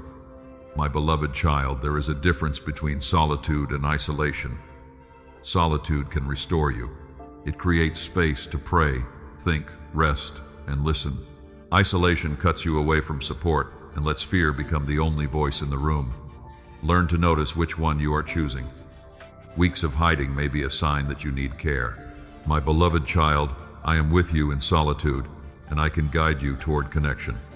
I am not asking you to become surrounded by people at all times. I am asking you to stop believing that needing others is weakness. Even Jesus welcomed companionship. He ate at tables. He walked with friends. He asked others to remain near during a painful night. If the one who carried divine strength still welcomed human presence, you do not need to be ashamed of needing it too. My beloved child, you have also never been alone in your questions. Many faithful hearts have wondered where I was. Many have prayed through confusion. You are not defective because your faith has included struggle. You are part of a long human story of people learning to trust while the road remained unclear. My beloved child, there were protections you may never fully understand. A delay changed your timing. A closed opportunity redirected your steps. A moment of hesitation kept you from acting out of panic. I will not ask you to invent explanations, but remain open to the possibility that care was present beyond what you could see. My beloved child, look back carefully. Where did unexpected strength appear? Who brought kindness? What truth returned when despair was loud? What decision protected you? What small mercy kept you moving? Simply notice what helped you survive, heal, or see more clearly. Gratitude can grow without denying grief. My beloved child, I was with you when you fell. I was with you when you asked for forgiveness. I was with you when you made the appointment. I was with you when you left the harmful place. I was with you when you began again. I was with you when you did not know that beginning again was possible. My beloved child, you are seen, you are known, you are loved, you are held, you are not forgotten, you are not abandoned in weakness. You are not rejected because you need support. You are not alone because your path looks different from someone else's. Let these truths settle more deeply than fear. My beloved child, you have never been alone, not in the darkness, not in the waiting, not in the questions, not in the healing.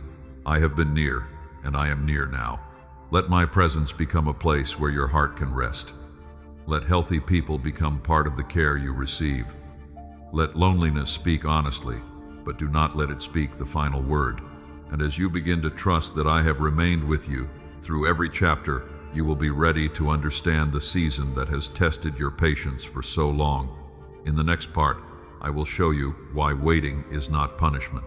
My beloved child, I told you that when you begin to trust that I have remained with you through every chapter, you become ready to understand the season that has tested your patience for so long. Waiting is not punishment. You may have believed it was. You watched doors remain closed. You watched other people move forward while your own life seemed unchanged. You prayed, prepared, tried again, and still found yourself standing in the same place. My beloved child, waiting can make the heart question everything. Did I miss the right moment? Did I make the wrong choice? Have I been forgotten? Am I being denied because I was not faithful enough? These questions become especially loud when the season lasts longer than you expected. But delay is not always rejection. Silence is not always absence. A slow season is not proof that your life has lost direction. My beloved child, remember Joseph. He carried a dream long before he understood the road that would lead toward it. Between the dream and its fulfillment came betrayal, displacement, false accusation, and years that did not look connected to the promise at all. Nothing about that path felt efficient, yet those years were not empty. They formed patience, discernment, leadership, humility, and the ability to carry responsibility without being ruled by bitterness. My beloved child, this does not mean every painful delay was designed to hurt you. Some delays come through human choices. Some come through systems, illness, limited resources, or circumstances beyond your control. Some come because more preparation is needed. Some remain difficult to explain. I am not asking you to call every delay good. I am asking you not to call yourself abandoned simply because the answer is slow. My beloved child, waiting often reveals what hurry hides. When life moves quickly, you may not notice how deeply you depend on approval. You may not see how fear controls your decisions. You may confuse motion with progress and opportunity with readiness. A slower season brings these things to the surface. It gives you time to ask whether you want the destination for the right reasons. My beloved child, perhaps you prayed for a relationship, but waiting is teaching you not to accept attention without respect. Perhaps you prayed for work, but this season is helping you strengthen a skill, create a plan, or recognize what kind of environment is healthy. Perhaps you prayed for healing, and the waiting is leading you toward treatment, rest, support, and a kinder relationship with your body. Preparation can be practical as well as spiritual. My beloved child, do not make waiting passive. There is a difference between patience and avoidance. Patience remains attentive. Avoidance postpones what is already clear. If an application must be sent, send it. If advice is needed, seek it. If a conversation must happen, prepare for it. If your health needs attention, make the appointment. Trust does not mean standing still when wisdom has shown you a step. My beloved child, waiting also asks you to release control over timing. You may have created a schedule for how your life should unfold. By this age, I should be here. By this season, this should have changed. By now, I should have recovered, succeeded, married, healed, or understood. Timelines can become quiet accusations. They make your actual life feel like a failure because it did not follow the picture you created. My beloved child, your life is not late because it looks different. Some people begin quickly and need to rebuild later. Some grow slowly and carry stronger roots. Some take a path no one around them understands. Do not measure the worth of your journey by speed alone. Ask whether you are becoming more truthful, wise, responsible, and free. My beloved child, remember a seed beneath the soil. For a long time, nothing appears above the ground. The surface looks unchanged. Yet inside the darkness, the seed is opening. Roots are reaching downward before the stem rises upward. The hidden work is not inactivity. It is preparation for what must later withstand wind, heat, and weight. My beloved child, there are roots forming in you now. The ability to wait without abandoning yourself. The courage to say no to what is convenient but wrong. The patience to build slowly. The wisdom to recognize unhealthy patterns. The humility to receive help. These things may not look impressive, but they will support whatever comes next. My beloved child, waiting can also become dangerous when it turns into endless postponement. Do not remain in harm because you are waiting for someone else to change. Do not ignore danger while hoping for a sign. Do not delay necessary care because you believe faith requires suffering quietly. There are moments when the next faithful step is leaving, reporting, asking, applying, resting, or accepting support. My beloved child, I do not ask you to remain frozen. I ask you to remain connected to truth. Sometimes waiting means staying. Sometimes it means preparing. Sometimes it means moving in a new direction, because the old one is no longer wise. Discernment is not always knowing the whole future. It is recognizing the next honest step. My beloved child, be gentle with the emotions this season has created. You may feel angry. You may feel jealous when someone receives what you have prayed for. You may feel embarrassed that your life has not changed more. Bring these feelings to me without pretending. Jealousy may reveal grief. Anger may reveal exhaustion. Embarrassment may reveal comparison. What is named can be guided. My beloved child, do not let waiting make you stop living. Enjoy the meal before you. Call the person you love. Learn something. Walk outside. Create. Rest. Celebrate another person's joy without using it as evidence against yourself. The future matters, but it is not the only place where life exists. You are alive now. My beloved child, if the answer comes later, you do not want to discover that you abandoned the present while staring at the door. Let this season contain meaning, even before it contains resolution. Let it teach you what cannot be learned through speed. Let it deepen your relationship with truth rather than with prediction. My beloved child, notice what is changing beneath the surface. Name a wiser choice, one stronger boundary, one calmer response, or one fear you no longer obey. Progress becomes easier to trust when you learn to recognize it. My beloved child, waiting is not punishment. It may be painful. It may require patience you did not know you needed. It may expose fears you preferred not to see. But it does not prove that you are forgotten, unworthy, or unloved. You remain seen. You remain held. You remain capable of taking the next step. Do what is yours today. Release what belongs to tomorrow. Let hidden growth continue without demanding constant evidence. And as you begin to stop fighting the season, you will recognize that the pressure within it is revealing and forming parts of your character that comfort could never reach. In the next part, I will show you how the pressure is forming your character. My beloved child, I told you that when you stop fighting the waiting season, you begin to see what the pressure within it is revealing. The pressure is forming your character. Some pressure came through loss. Some came through unfair choices made by others. Some came through your own mistakes and the consequences that followed. But even when pain was not good, it could uncover what needed truth, healing, wisdom, or change. My beloved child, pressure reveals what comfort can hide. When everything is easy, patience can appear stronger than it is.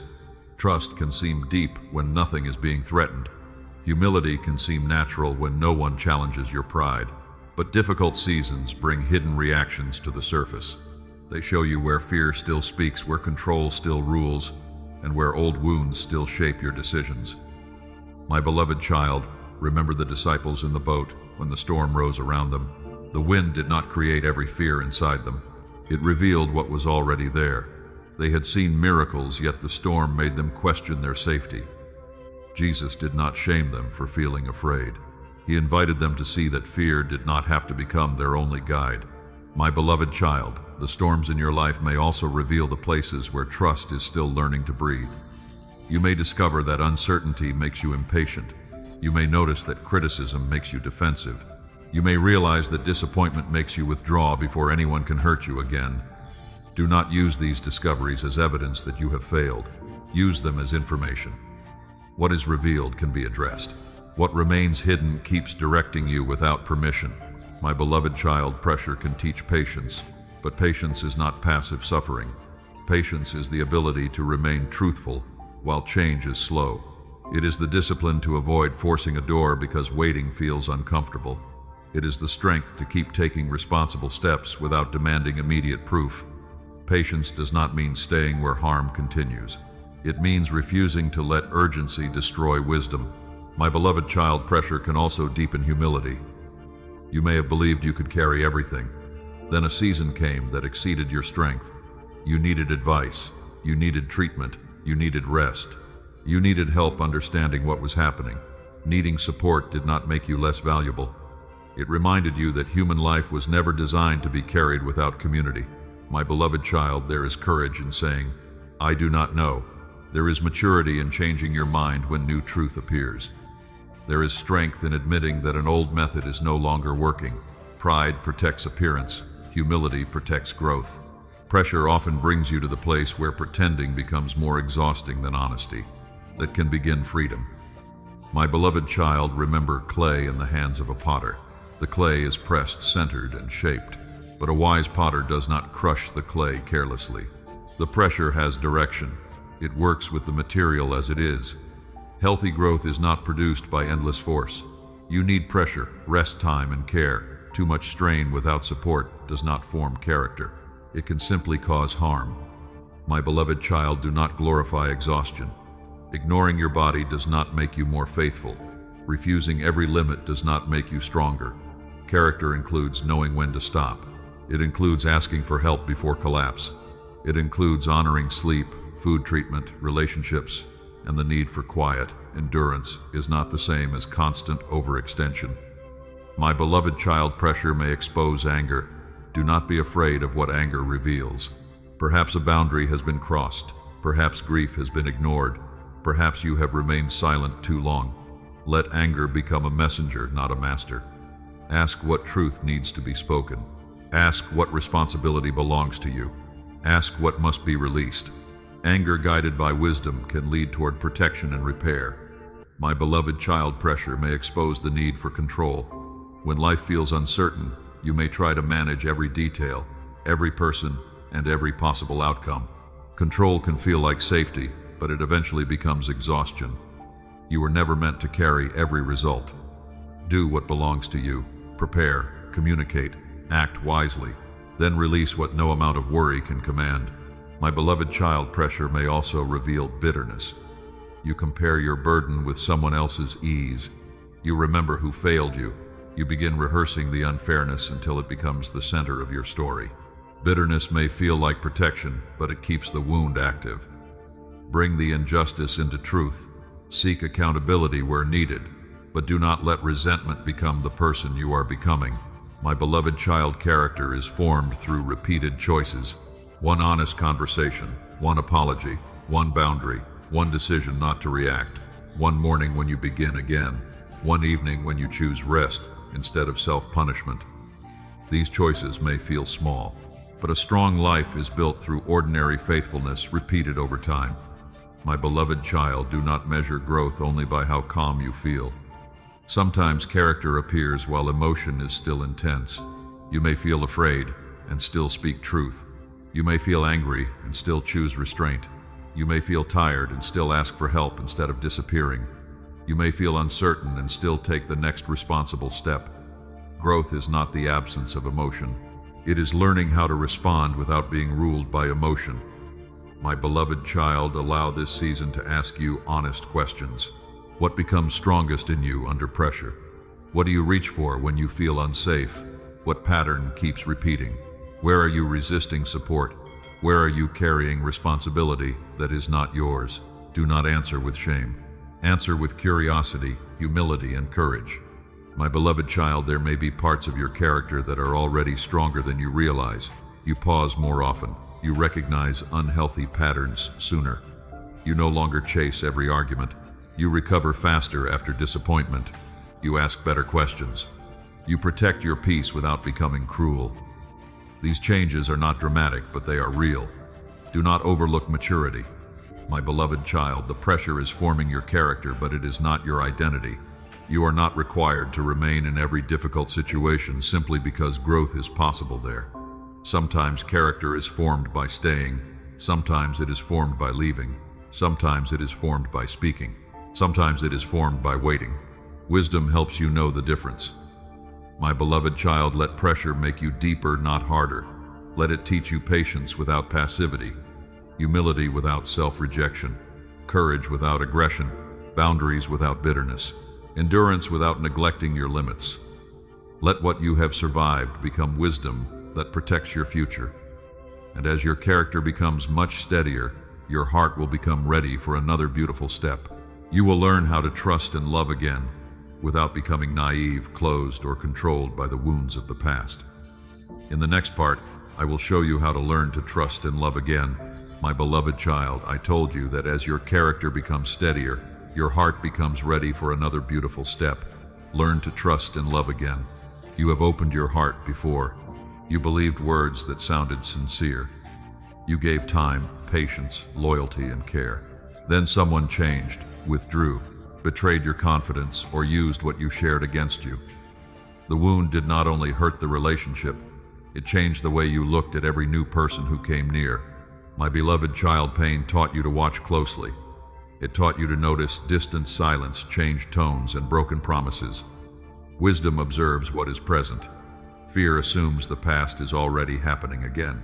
Learning to trust means allowing truth to separate these two voices. My beloved child, remember Naomi and Ruth.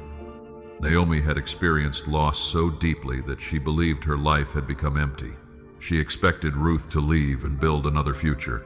But Ruth remained not because Naomi demanded loyalty, but because love was freely chosen. Their bond grew through present sacrifice, honesty, and repeated action. My beloved child, trustworthy love is not proven by one emotional speech. It is revealed through consistency. It keeps its word when the moment is inconvenient. It respects your no. It listens without using your vulnerability as a weapon. It takes responsibility when harm is caused.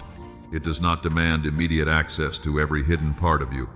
Trust grows where words and actions continue to agree. My beloved child, do not rush the process because loneliness feels uncomfortable. Loneliness can make attention look like devotion. It can make intensity feel like intimacy. It can persuade you to ignore warning signs because you are grateful that someone finally noticed you. Slow down. Let time reveal character. A person who is safe will not punish you for needing time. My beloved child, you do not need to share your whole story at the beginning. Offer trust in small, honest measures. Share one truth and notice how it is handled. Set one boundary and observe the response. Disagree about something small and see whether respect remains. Healthy trust is not blindness, it is openness guided by attention. My beloved child, there are signs that a relationship can become safe. You can be honest without being mocked. You can make a mistake without being humiliated. You can rest without being accused of rejection. You can celebrate good news without creating competition.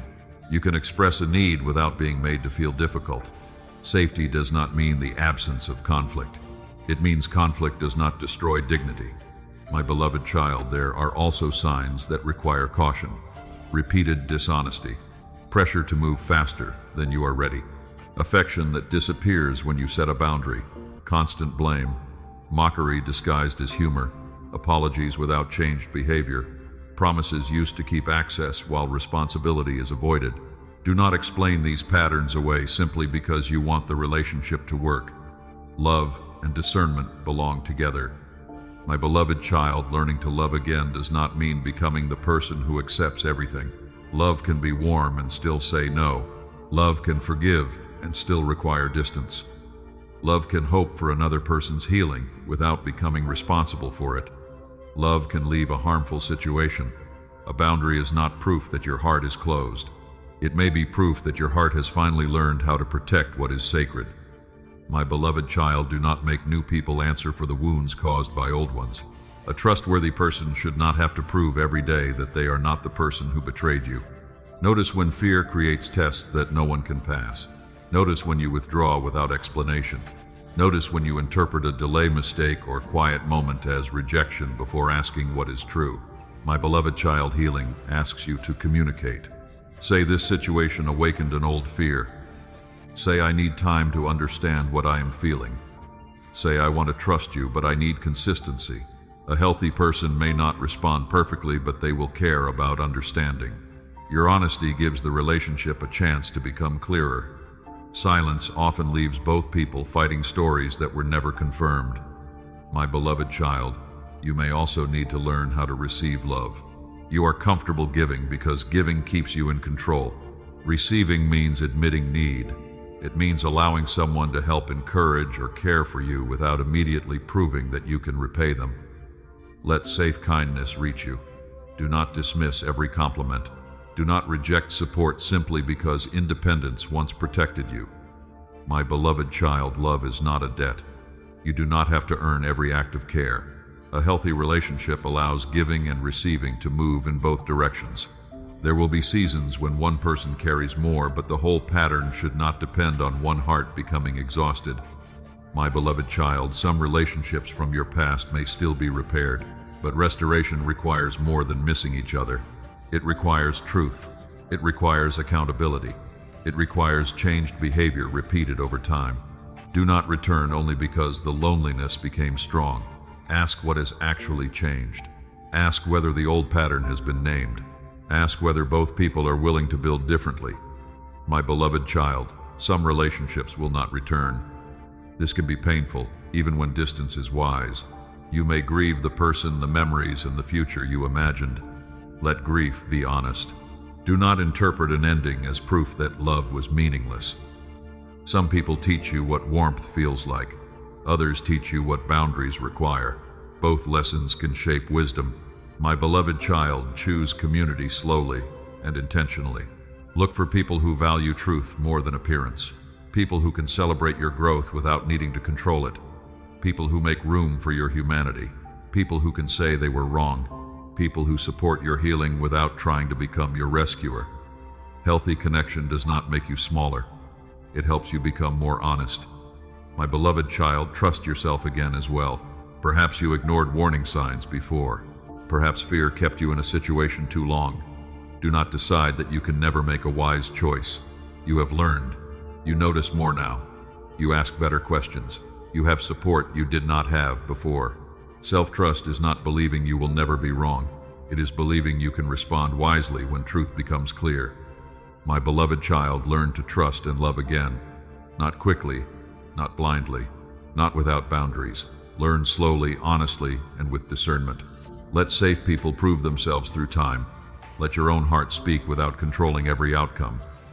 Let love become connection rather than rescue, freedom rather than fear, and mutual care rather than exhaustion. And as you begin building healthier relationships, you will discover that trust is not only needed in your emotional life, you also need to invite me into the practical needs that shape your days. In the next part, I will show you how to invite me into your practical needs. My beloved child, I told you that as you begin building healthier relationships, you will discover that trust is also needed in the practical parts of your life. Invite me into your practical needs. Do not believe that I care only about what you call spiritual. I care about the bill that is due. I care about the decision you keep postponing. I care about your work, your health, your home, your responsibilities, and the people who depend on you. Nothing becomes too ordinary for my attention simply because it belongs to daily life. My beloved child, you may have learned to bring me your emotions while carrying practical pressure alone. You pray for peace, but you do not speak honestly about the numbers. You ask for strength, but you continue ignoring the exhaustion in your body. You ask for direction, but you avoid gathering the information that would help you decide wisely. Faith is not a reason to look away from reality. Faith gives you courage to face reality without surrendering to fear. My beloved child, remember the widow who came to Elisha because debt threatened her household. She believed she had almost nothing, only a small amount of oil. Yet the answer began with what was already present. She followed practical instructions. The provision unfolded through faith, action, community, and careful use of what she had. My beloved child, look first at what is already in your hands. What habit is quietly draining your health, time, or money? You may be waiting for a dramatic answer, while one responsible step is already clear. A written plan can become an act of faith. My beloved child, if financial pressure is weighing on you, bring me the truth without shame. Do not pretend the situation is smaller than it is. List what is coming in. List what must go out. Separate needs from impulses. Ask for advice from someone trustworthy and qualified. If debt has become overwhelming, seek responsible help. You are not failing because you need guidance. My beloved child, do not turn generosity into a bargain. You do not need to give beyond wisdom in order to force my hand. Love is not a transaction, and giving is not a payment for protection. Be generous when you can, but remain honest about your responsibilities. Care for those who depend on you. Do not neglect food, medicine, housing, or necessary bills in order to prove that you have faith. Wisdom and generosity can live together. My beloved child, if work is uncertain, do not let fear convince you that your value has disappeared. But your dignity is not created by a title. At the same time, do not become passive. Learn a new skill, ask questions, rest when discouragement becomes heavy, then return to the next task. My beloved child, if your body is struggling, invite me into that reality too. Pray honestly, but also seek medical care. Take symptoms seriously. Follow wise treatment. Ask questions when you do not understand. Rest when rest is needed. Movement, food, medicine, sleep, and professional support are not signs that faith has failed. They can become part of how you care for the life entrusted to you. My beloved child, do not blame yourself for every illness. You do not need to create a spiritual explanation for everything before you receive care, and let those prayers walk beside responsible treatment rather than replacing it. My beloved child, practical needs often create emotional pressure. A financial problem may awaken shame. A health concern may awaken fear. A work decision may awaken old beliefs about failure. A family responsibility may awaken resentment because you have carried too much for too long. Do not address only the surface. Ask what the situation is touching inside you. Then bring both the need and the emotion into the light. My beloved child, there may be people depending on you, and this can feel heavy. You want to provide. You want to protect. You want to make the right decision. But responsibility is not the same as controlling every outcome. You can plan carefully and still face uncertainty. You can love your family and still have limits. You can ask for help without abandoning your role. Strength includes knowing what cannot be carried alone. My beloved child, invite trusted people into the process. A practical need can become heavier when it remains secret. You may need a financial counselor, doctor, employer, family member, social worker, pastor, or experienced friend. Choose people who offer clarity rather than panic. Ask specific questions. Bring records, details, and facts. The more honestly you understand the situation, the more wisely you can respond. My beloved child, I may guide you through an idea, a conversation, a closed door, or a change you did not originally want. Do not assume provision will always arrive as more money. Sometimes provision is reduced expense. Sometimes it is a new skill. Sometimes it is the courage to ask. Sometimes it is a boundary that stops someone from draining what you need for your household. Sometimes it is patience while you rebuild slowly. My beloved child, there are moments when you will need to accept that you cannot fix everything immediately. This can be humbling. You may need to prioritize. You may need to delay a desire. You may need to say no. You may need to live more simply for a season. Simplicity is not shameful. A smaller life can still contain dignity, love, purpose, and peace. Do not let appearance push you into decisions that create deeper harm. My beloved child, invite me into your schedule as well. Notice where hurry is making you careless. Notice where constant availability is draining your attention. Notice where you keep saying yes because you fear disappointing people. Time is also a resource. Protect space for rest, family, prayer, health, and meaningful work. A crowded calendar is not proof that your life is important. My beloved child, when you pray about practical needs, ask clear questions. What is true right now? What is mine to do? What can wait? Who can help? What needs to change? What fear is influencing this decision? What outcome am I trying to control? Then become willing to act on the wisdom that appears. Prayer becomes stronger when it leads to honest responsibility. My beloved child, invite me into your practical needs. Bring me the numbers, the reports, the appointments, the deadlines, the uncertainty, and the tiredness. You do not need to separate your daily life from your faith. Let truth guide your planning. Let wisdom guide your choices.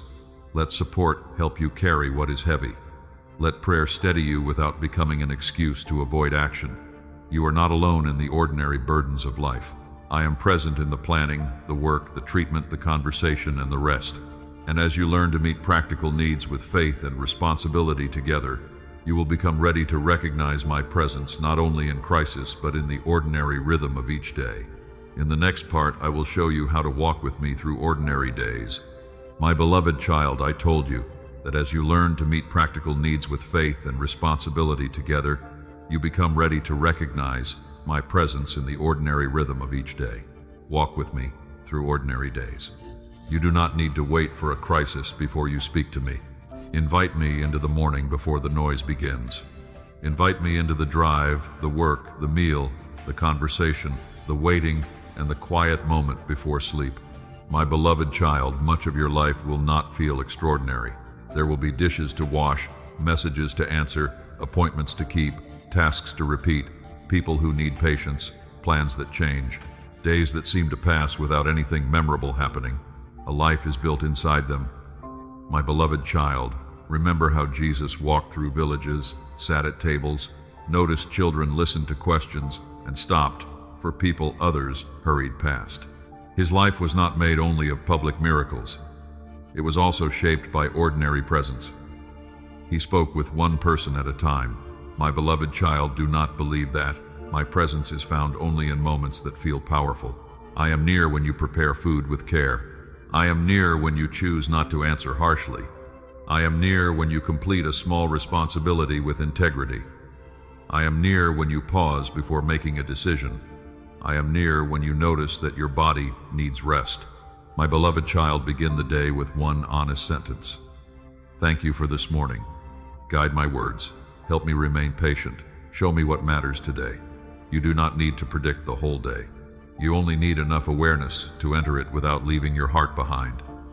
My beloved child, notice your first thoughts when you wake. Do they immediately move toward fear? Do they rehearse everything unfinished? Do they compare your life with someone else's? Do not shame yourself for this. Simply notice, then return to truth. I do not need to carry every possibility at once. I can take the next wise step. My beloved child, let your words become part of your daily surrender. Do not use them to pretend that difficulty is not real. Speak honestly. This is hard. I feel afraid. I need help. Then add what fear often leaves out. I am still learning. Support is available. Truth does not deny pain. It places pain inside a larger story. My beloved child, pay attention to the way you speak to yourself after a mistake.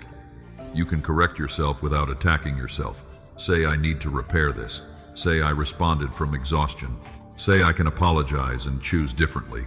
Harshness may create temporary fear, but kindness joined with responsibility creates lasting change. My beloved child, ordinary days will test your patience more often than dramatic moments. A slow line, a delayed answer, a repeated question, a person who misunderstands you, a task that takes longer than expected. Pause before reacting. Breathe. Ask whether the response you are about to give agrees with the person you want to become. My beloved child, choose kindness, but do not confuse kindness with endless availability. You are allowed to finish the conversation later. You are allowed to turn off the noise. You are allowed to protect time for sleep, health, family, and quiet. A peaceful life needs boundaries. Without them, every request becomes urgent, and every urgent thing begins ruling you. My beloved child, rest is part of walking with me. Your body is not an obstacle to your purpose. It is the place where your life is being carried. Treat it with care. Eat when you need nourishment. Sleep when you are tired. Move when your body needs movement. Seek care when something feels wrong. Rest is not a reward reserved for the moment when every task is finished. My beloved child, there will always be another task. If you wait until nothing remains, you may never stop. Learn to close the day with unfinished things still present. You are not holding the world together. You can place tomorrow outside your hands for the night. Let sleep become an act of trust. Your soul needs room to breathe. My beloved child, practice gratitude in ordinary ways. Notice clean water, a safe conversation, a meal that is enough, the person who remembered you, the ability to begin again after a difficult morning. It is simply the choice to recognize what is still good, useful, kind, or sustaining. My beloved child, create small pauses during the day. Stand near a window. Take 3 slower breaths. Place your feet on the ground. Ask, what am I feeling? What do I need? What is true right now? My beloved child, invite me into your work. Do the task honestly, even when nobody is watching. Ask for help when you do not understand. Treat people with dignity, whether or not they can advance your position. Let excellence come from care, not from fear of being rejected. You remain loved on productive days and slower ones. My beloved child, invite me into your relationships. Listen without preparing your defense. Speak clearly instead of expecting others to read your mind. Apologize when you cause harm. Say thank you when someone shows care. Ordinary love is built through repeated attention. A healthy relationship is strengthened by many small acts that rarely receive applause. My beloved child, there will be days when you forget all of this. You will rush, you will react, you will carry anxiety too long. You will reach the evening and realize that you moved through the entire day without becoming still. Do not turn this into another reason for shame. Return. My beloved child, walking with me is not about maintaining a perfect spiritual feeling. It is about returning when you notice you have wandered. Return in the morning. Return after the argument. Return when fear becomes loud. Return when gratitude comes easily. Return when you have no words. My beloved child, let ordinary days teach you presence. Do not live only for the weekend, the breakthrough, the future answer, or the next season. Your life is happening now. The person before you is here now. The choice that forms your character is here now. The grace for this moment is here now. Receive it before the moment passes. Even when nothing remarkable happens, your patient attention, honest work, responsible rest, and gentle words are shaping a life that can carry peace into places where hurry, fear, and disappointment once controlled your response each day and clouded your inner vision. My beloved child, walk with me through ordinary days. Let prayer become natural. Let rest become wise. Let your words carry truth. Let boundaries protect peace. Let gratitude keep your eyes open. Let small acts of love become the quiet evidence that healing is becoming a way of life. And as you learn to live with me in the ordinary, you will become ready to carry everything you have learned into the final movement of this journey. In the next part, I will show you how to walk forward in freedom, joy, and hope. My beloved child, I told you that as you learn to walk with me through ordinary days, you become ready to carry everything you have learned into the final movement of this journey. Walk forward in freedom, joy, and hope. Do not wait until every wound has disappeared before you begin. Do not wait until every question has been answered. Do not wait until every person understands you. Freedom does not mean your past is erased. It means your past no longer owns the direction of your life. My beloved child, you have spent enough time measuring yourself by what hurt you. You are not the rejection. You are not the betrayal. You are not the mistake you replay when the room becomes quiet. You are not the season when you lost your way. These things became part of your story, but they were never meant to become your name. My beloved child, remember the people of Israel standing at the edge of the sea. Behind them was the life they had known. Before them was a path they could not yet see. Fear told them to return to what was familiar, even though what was familiar had kept them bound. Then the way opened, one step at a time. My beloved child, freedom often begins this way. You do not receive the whole map. You receive enough light to move. You choose the next honest step. You leave the pattern that keeps harming you. You stop returning to the voice that makes you smaller. You ask for help. You tell the truth. You protect what healing has begun. My beloved child, do not confuse freedom with never struggling again. Old thoughts may return. A familiar fear may visit. A memory may awaken sadness. A difficult day may make you wonder whether you have changed at all. Do not panic. The return of a feeling is not the return of your captivity. You can notice it without obeying it. You can feel it without building your home inside it. My beloved child, freedom is practiced. It is practiced when you pause before reacting.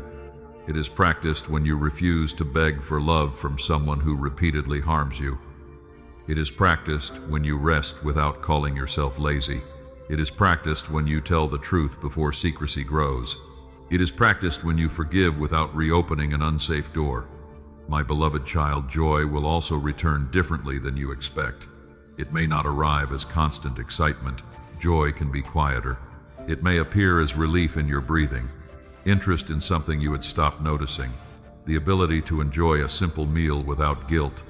My beloved child, joy is not a denial of grief. You can miss someone and still receive beauty. You can carry unanswered questions and still feel gratitude. You can remember what hurt and still notice what is healing. A mature heart does not force one emotion to erase another. It learns to hold sorrow and goodness without betraying either one. My beloved child, perhaps hardship taught you to mistrust joy. You became afraid that if you relaxed, something would go wrong. You believed staying alert could protect you from disappointment. But constant fear cannot secure the future. It only steals the present. Let yourself receive a peaceful moment without asking how long it will last. Let goodness be good while it is here. My beloved child, hope is not pretending that everything will happen exactly as you want. Hope is not a promise that every closed relationship will return, every illness will disappear, or every dream will unfold in its original form. Hope is the decision to believe that your future is still open, that wisdom can still grow, that help can still arrive, that love can still be found, that you can still become more whole. My beloved child, hope rests in my character, not in your ability to predict outcomes. You may not know what comes next. You may not know which door will open. You may not know how long a season will last. But uncertainty does not mean there is nothing ahead. You can move without pretending to know the whole road. My beloved child, let hope become practical.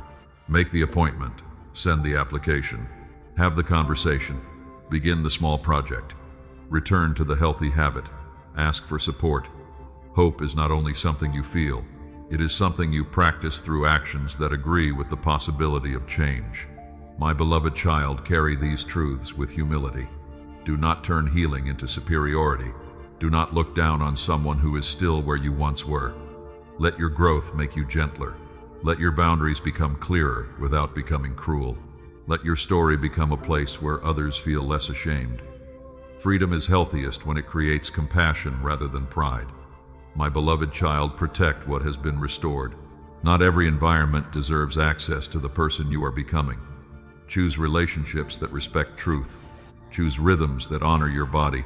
Choose work that does not require the destruction of your soul. Choose words that build dignity. Choose rest before resentment grows. Your future will be shaped by repeated choices more than dramatic promises. My beloved child, when you stumble, return quickly. Do not hide. Do not say the whole journey was false.